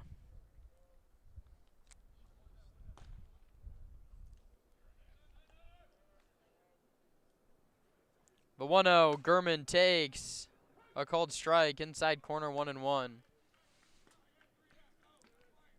On the Brewer ground ball, Europero went into a dive towards the shortstop hole and then came up with it ready to throw home, but a little bit of a bobble on the transfer forced him to go to first base, and that allowed a second run to score. The pitch to Gurman, he takes high, 2-1. Gage McCown loosening in the bullpen.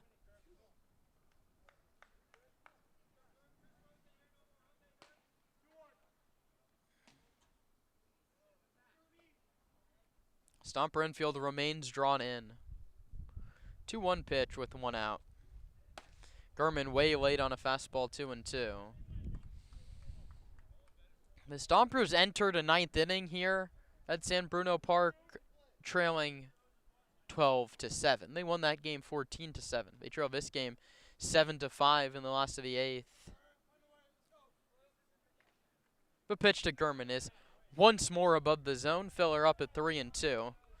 First base open. One more wide one would load him up.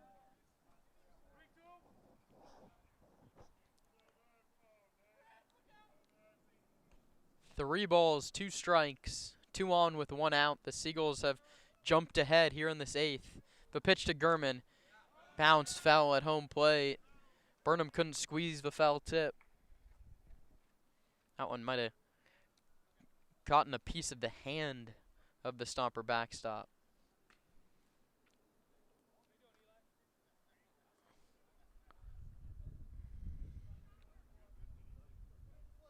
Zach Pace walks halfway up the third base line to check on his catcher, who waves him back to the visitors' dugout.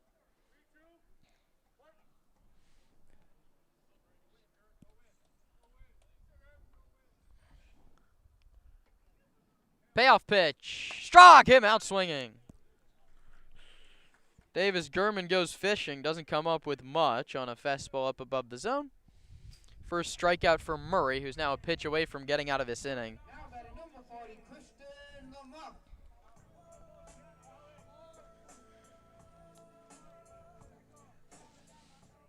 Christian Lamoth, left-handed hitter. Against Murray the righty with second and third. A single to the outfield could double the lead that right now sits at just 2 runs. The pitch to Lamoth is a called strike. Finds the top of the zone. 7-5 your score at the bottom of the 8th inning. Is where we play here at San Bruno Park.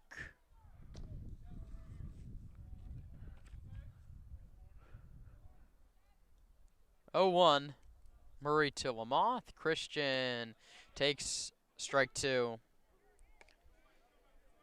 On base 3 times. A walk, a hit by pitch, a single. He's also popped out.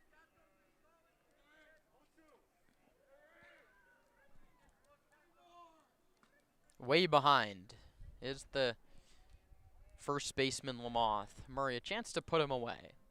His 0-2 pitch. His foul straight back to the screen. Challenged him with a fastball.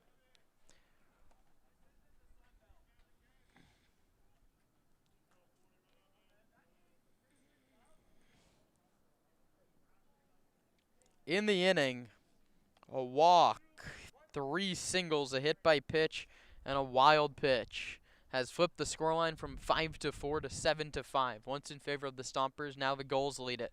Lamoth strikes out swinging, and the inning is over.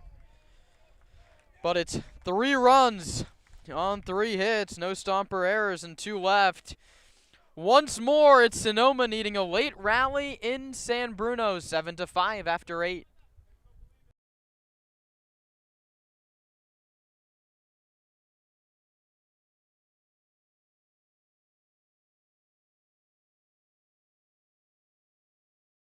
The Sonoma Stompers are excited to welcome La Michoacana ice cream and treats to the family. La Michoacana ice cream is rooted in the world-famous ice cream traditions of Mexico. La Michoacana uses only fresh, natural ingredients, using recipes that have been handed down for generations. Every paleta is made by hand. Every scoop is crafted with love. Every bite, muy delicioso. La Michoacana Ice Cream and Treats, located at 18495 Highway 12 in Sonoma, 1219 Grant Avenue in Novato, and of course, right here at the ballpark.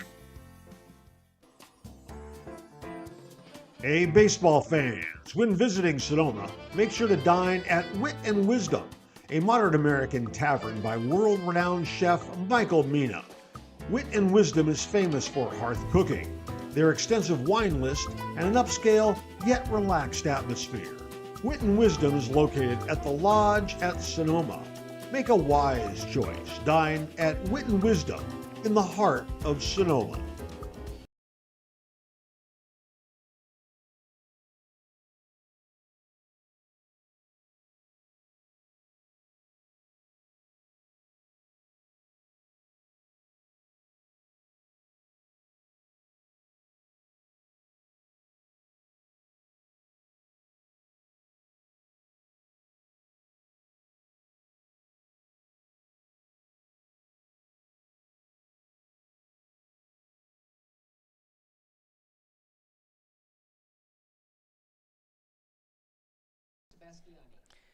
Ben Sebastiani, Mateo Heredia, and Gage McCown with the Stompers down 7-5 here in the 9th.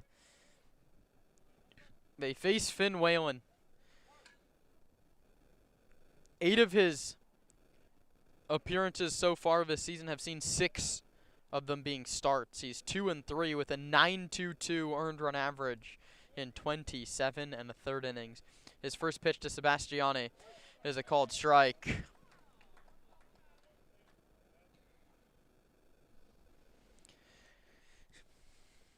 Ben struck out twice, doubled and walked. Whalen, this would be his first save of the season. Misses high, 1-0.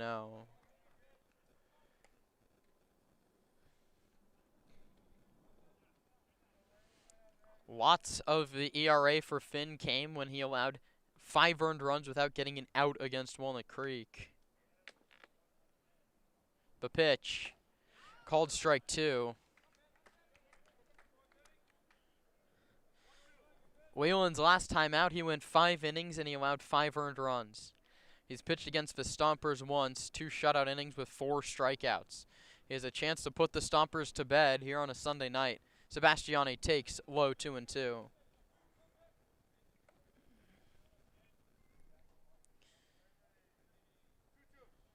Heredia on deck, and then McCown. It's Mateo's last game as a Stomper this summer. Has a chance for a big moment. The pitch to Sebastiani is low again, 3-2.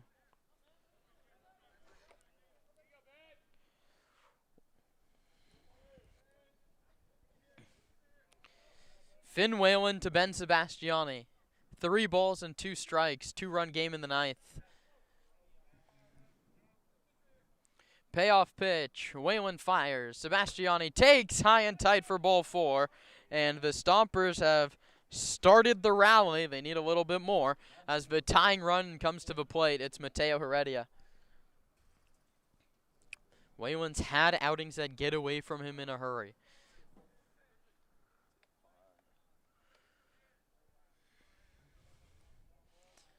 Mateo today, a walk, a single, a fly ball, and another walk. He's been on base 3 times. He takes down. That one gets past Graham. To second base goes Sebastiani. Passed ball charged against Graham, you would think. Ben Sebastiani's run, unfortunately, does not matter. It would only cut the lead in half here in the 9th. The run that matters is the one at the plate, Heredia, the tying run, and the run on deck. Gage McCown, the go-ahead. Hitting room in right center. The 1-0. Heredia takes outside 2-0, an off-speed pitch from Whalen. There's belief in this Stompers dugout. They've come back before. They came back this week. 2 runs in the 9th to beat Walnut Creek. They've surmounted deficits a lot more than 2 runs in the 9th inning already here in San Bruno. The pitch to Heredia, outside again, 3-0.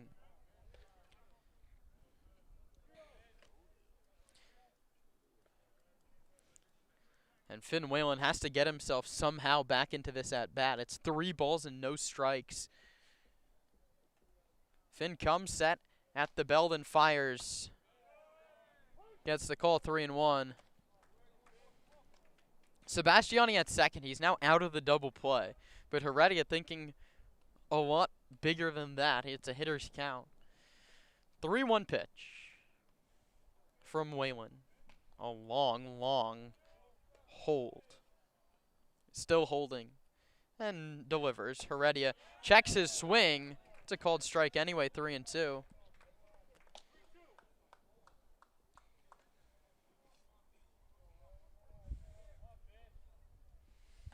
This would be a huge first out for Whalen in for the save. Whalen takes too long. Well, timeout was called at the plate, and it was by the catcher, Graham, who's going to come talk to Whalen, who's looked a little bit out of rhythm here in this 9th.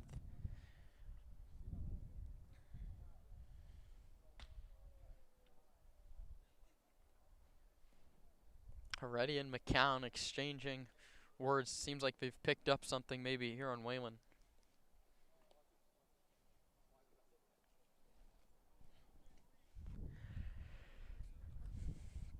The Seagulls scored 3 runs in the bottom of the 8th inning. They now lead at 7-5.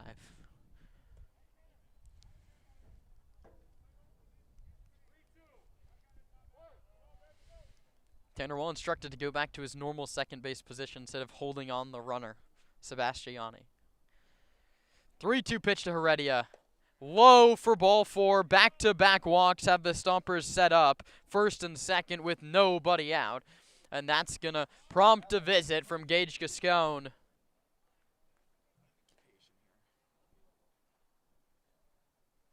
And the left fielder, AJ Hurtado, has run in to join the meeting. I don't know if I've ever seen that.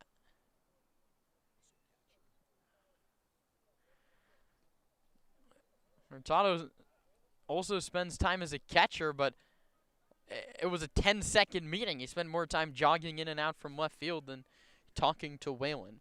Either way, everyone resets. The four infielders, the catcher, and the left fielder, AJ. Connor Johnston out on deck.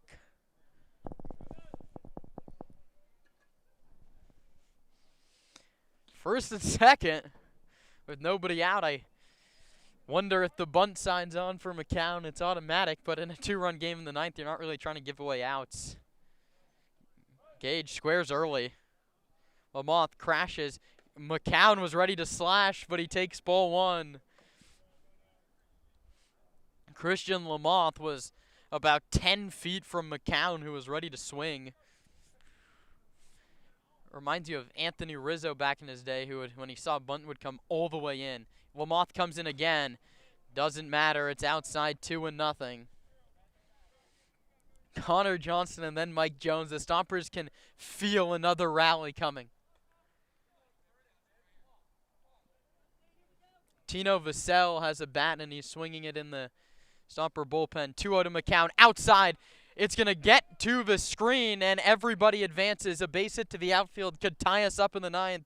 Second pass ball that could go against Graham this frame. The infield won't draw in because that runner at third doesn't matter.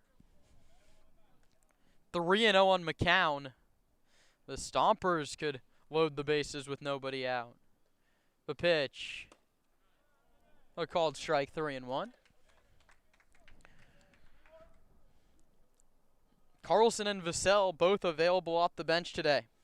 Both of them north of 30 RBIs. This ball's popped up. Very shallow first base side in foul ground. Nobody can see it, and it's going to drop untouched. And that is a lighting issue here at San Bruno. If you get under the light tower and right, it's pitch black. There's nothing you can do. And the Seagulls defense almost hoisted by their own poor conditions. That ball drops untouched. Stompers catch a break. I think that ball's caught at Arnold Field.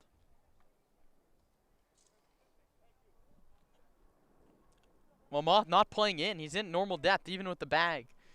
The count's 3-2. McCown has to find a way on, or a way through. Payoff pitch. Gage fouls it back. Good fight from the Stomper designated hitter.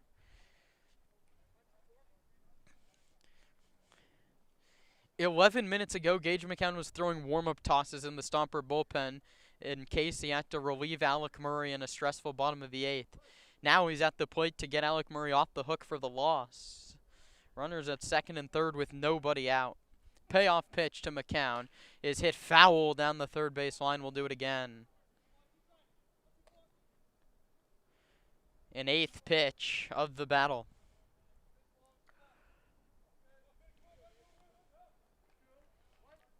Johnston waits on deck. Finn Whalen's 3rd payoff pitch to Gage McCown. Outside for ball 4. Load him up with nobody out. And here comes the pinch hitter. It's Hunter Carlson. Hunter Carlson's going to come and pinch hit.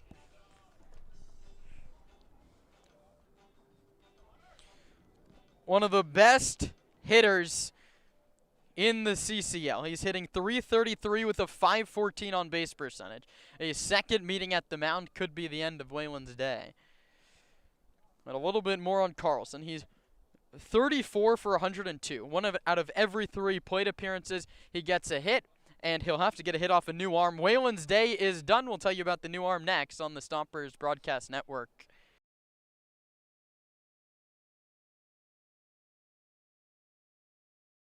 The Sonoma Stompers are excited to welcome La Michoacana ice cream and treats to the family.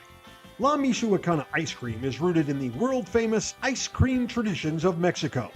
La Michoacana uses only fresh, natural ingredients, using recipes that have been handed down for generations. Every paleta is made by hand. Every scoop is crafted with love. Every bite, muy delicioso. La Michoacana Ice Cream and Treats, located at 18495 Highway 12 in Sonoma, 1219 Grant Avenue in Novato, and of course, right here at the ballpark. Hey, baseball fans, when visiting Sonoma, make sure to dine at Wit and Wisdom, a modern American tavern by world-renowned chef Michael Mina. Wit and Wisdom is famous for hearth cooking, their extensive wine list, and an upscale yet relaxed atmosphere. Wit and Wisdom is located at the Lodge at Sonoma. Make a wise choice. Dine at Wit and Wisdom in the heart of Sonoma.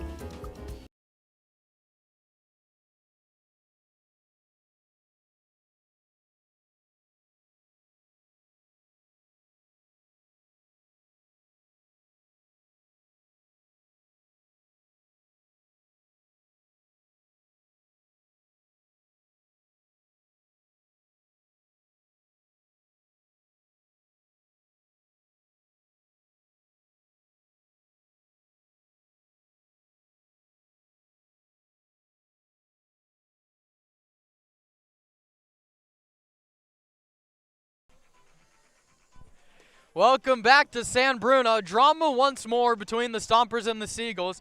You wouldn't expect anything less. There's a new hitter and a new pitcher. We'll start with the arm on the mound. It's Matthew Potter from Castle Rock, Colorado, who's making his 10th appearance. He's 2-3, and he has an 8.35 ERA in 18 1/3 innings. His last outing was July 14th against the Stompers. He gave up 6 earned runs in 1.2 innings. He comes into the hardest position you can put a reliever. Bases loaded, nobody out. And Hunter Carlson, a .333 hitter. 8 doubles, 4 homers. 3 of those homers against the Seagulls. 2 of them in one game at this ballpark. You couldn't draw it up much better than this for a Sonoma team trailing 7-5. Hunter Carlson has 31 runs driven in. A ball to the gap could drive in 3 and give the Stompers the lead. 7-5 Seagulls in the 9th. Bases loaded, nobody out. Potter the righty against Carlson the lefty. Lamoth in on the grass in front of the runner at third. The pitch, Carlson takes low 1-0. Walk's as good as a hit. It would cut the deficit in half. Sebastiani from third, Heredia from second, McCown from first. They all walked against Finn Whalen. The pitch to Carlson, down again 2-0. You have to force Matthew Potter to come into the zone. I don't know how many people have a green light 2-0, bases loaded in the 9th in a 2-run game. This might be the guy to give it to. You don't want to miss with one down the middle against Carlson. The pitch. A called strike at the knees. Late call from Harold Guzman. 2-1 now.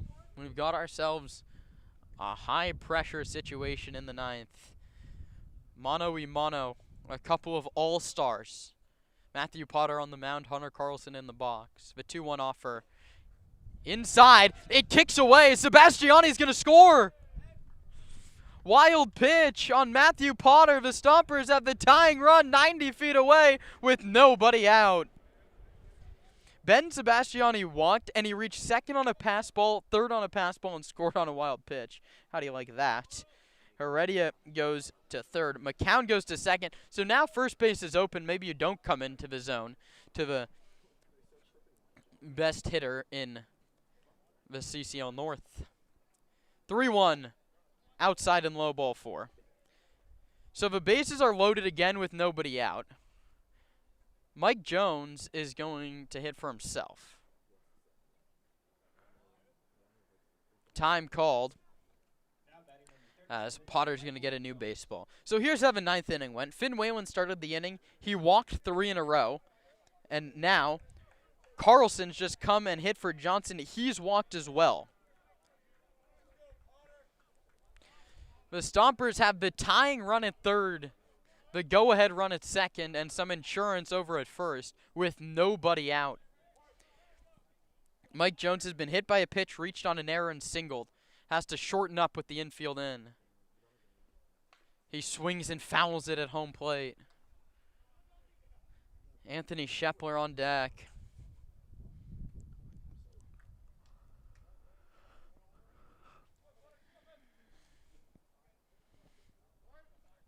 Tino Vassell still available off the bench to hit for Sonoma. He's the Stompers' RBI leader, 1 in front of Carlson. The pitch to Jones, fouled into the glove of Graham, 0-2. And Mike Jones finds himself now in a real tough situation. Seagulls 7, Stompers 6. Bases loaded, nobody out in the 9th. Matthew Potter's 0-2 pitch to Mike Jones. Low. There's been 2 pass balls and a wild pitch already this inning. So even if Jones is retired, even if there's 2 outs, the job of Graham behind the plate not done. 1-2 now on Jones. The righty headed to USF this fall.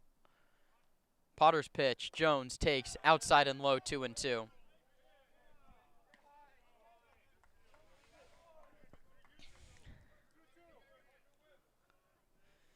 Anthony Shepler in the on-deck circle.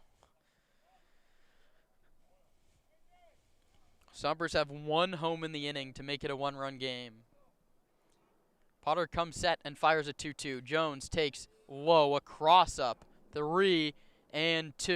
And 1 more wide one would force home the tying run. Something's got to give here with the bases loaded. Nobody out in a full count pitch. Matthew Potter to Mike Jones.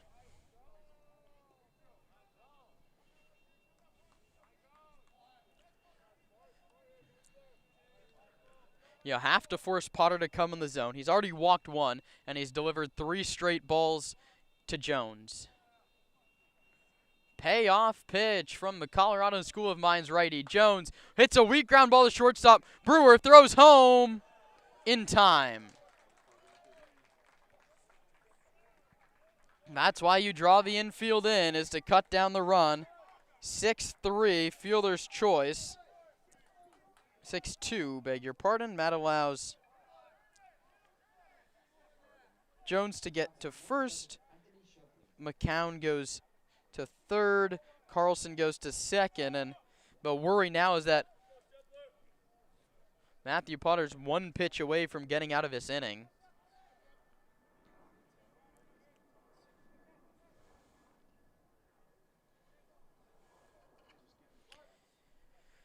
You want to give your pitching a chance, hopefully with a lead. You have to keep this game going if you're Anthony Shepler. Middle infield back, playing for a game-ending double play. First pitch, Shepler swings and misses way late on the fastball. This would be a magic act from Matthew Potter. Tino Vassell's come out on deck. He would hit for Eli Burnham. The Stompers have to give him a shot. Shepler, a sac fly, could tie this ball game. Looking for something clutch. Potter's 0-1. Shepler fouls it back, 0-2.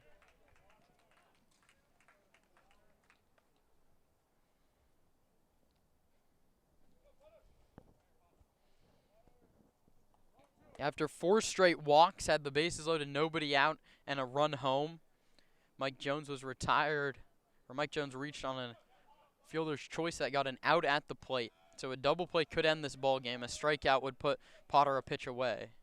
0-2 pitch to Shepler. Down 1-2.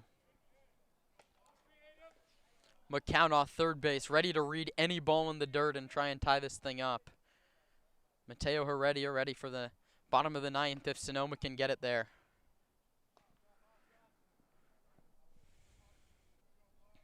One and 2 on Anthony Shepler. Struck him out swinging. Challenged him with 3 fastballs in the zone. Anthony outmatched, and there's 2 away.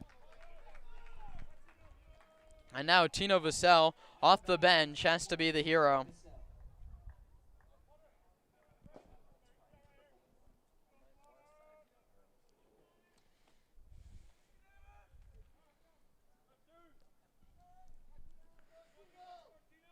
Vassell had the go-ahead triple to cap off the 7-run comeback when these teams played here almost a month and a half ago.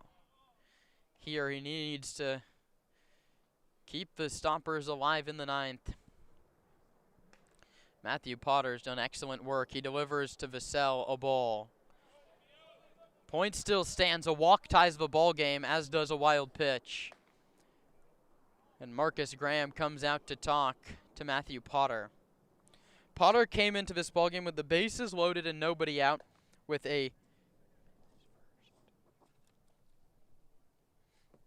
bases loaded, nobody out, in a ballgame that saw his Seagulls leading by 2. He walked Hunter Carlson. So the bases are loaded, but now there's 2 outs. 7-6 your score in the 9th. Potter to the pinch hitter Vassell with Bryson Ayala on deck. 1-0 pitch. Vassell takes high with a fastball 2-0.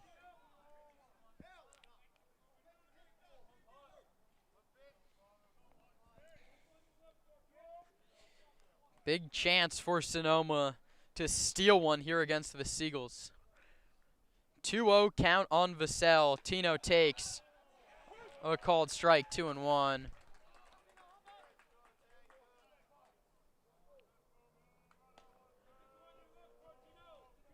It's not a pitch you are going to go attacking, swinging at a hitter in a 2-0 count. The 2-1, Vassell swings and misses 2-2.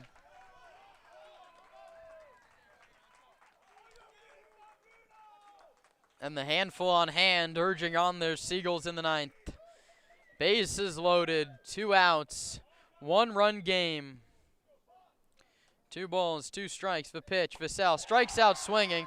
The ball game is over, and the Seagulls have won their 6th game of the year. San Francisco gave the Stompers every single chance they could ask for. They walked 4 hitters in a row to start the 9th. Jones grounds out, and then Shepler and Vassell strike out to end the ballgame. Sonoma had the tying run at 3rd with nobody out. They come up empty. A frustrating game for Zach Pace, and there's nobody to blame but yourselves in a game that took 3 hours and 9 minutes. The Seagulls improved to 6-26. They get back to that elusive 20 under 500 mark. The Stompers fall to 21-16, and they will hold off on their celebration one more day. 2nd consecutive loss for the Stompers. They fall to 5-9 on the road, and they're now 6-1 against San Francisco. The winning pitcher today is Jacob Garrison. He improves to 1-3. Alec Murray imploded a little bit in that 8th inning. He takes a loss to drop to 1-2. Matthew Potter the save, and he was brilliant. He got Jones to ground out with the infield in, and then struck out Shepler and Vassell, no problem, to end the ballgame and pick up his 1st save. Congratulations to Andres Medina, who gets the win as interim manager. Zach Pace and the Stompers take the loss. They're 21-16. These 2 teams play again on Tuesday, but at Arnold Field at 6:05, 5:50 pregame show with Nate Martin and myself. For Nate Martin, I'm Kieran Costa saying so long from San Bruno. The Stompers lose it 7-6.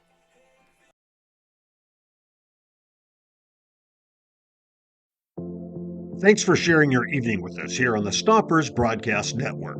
For schedule info and game tickets, go to stompersbaseball.com or catch collegiate baseball at its best right here on our YouTube channel. And always remember, success on the field starts with success in the classroom.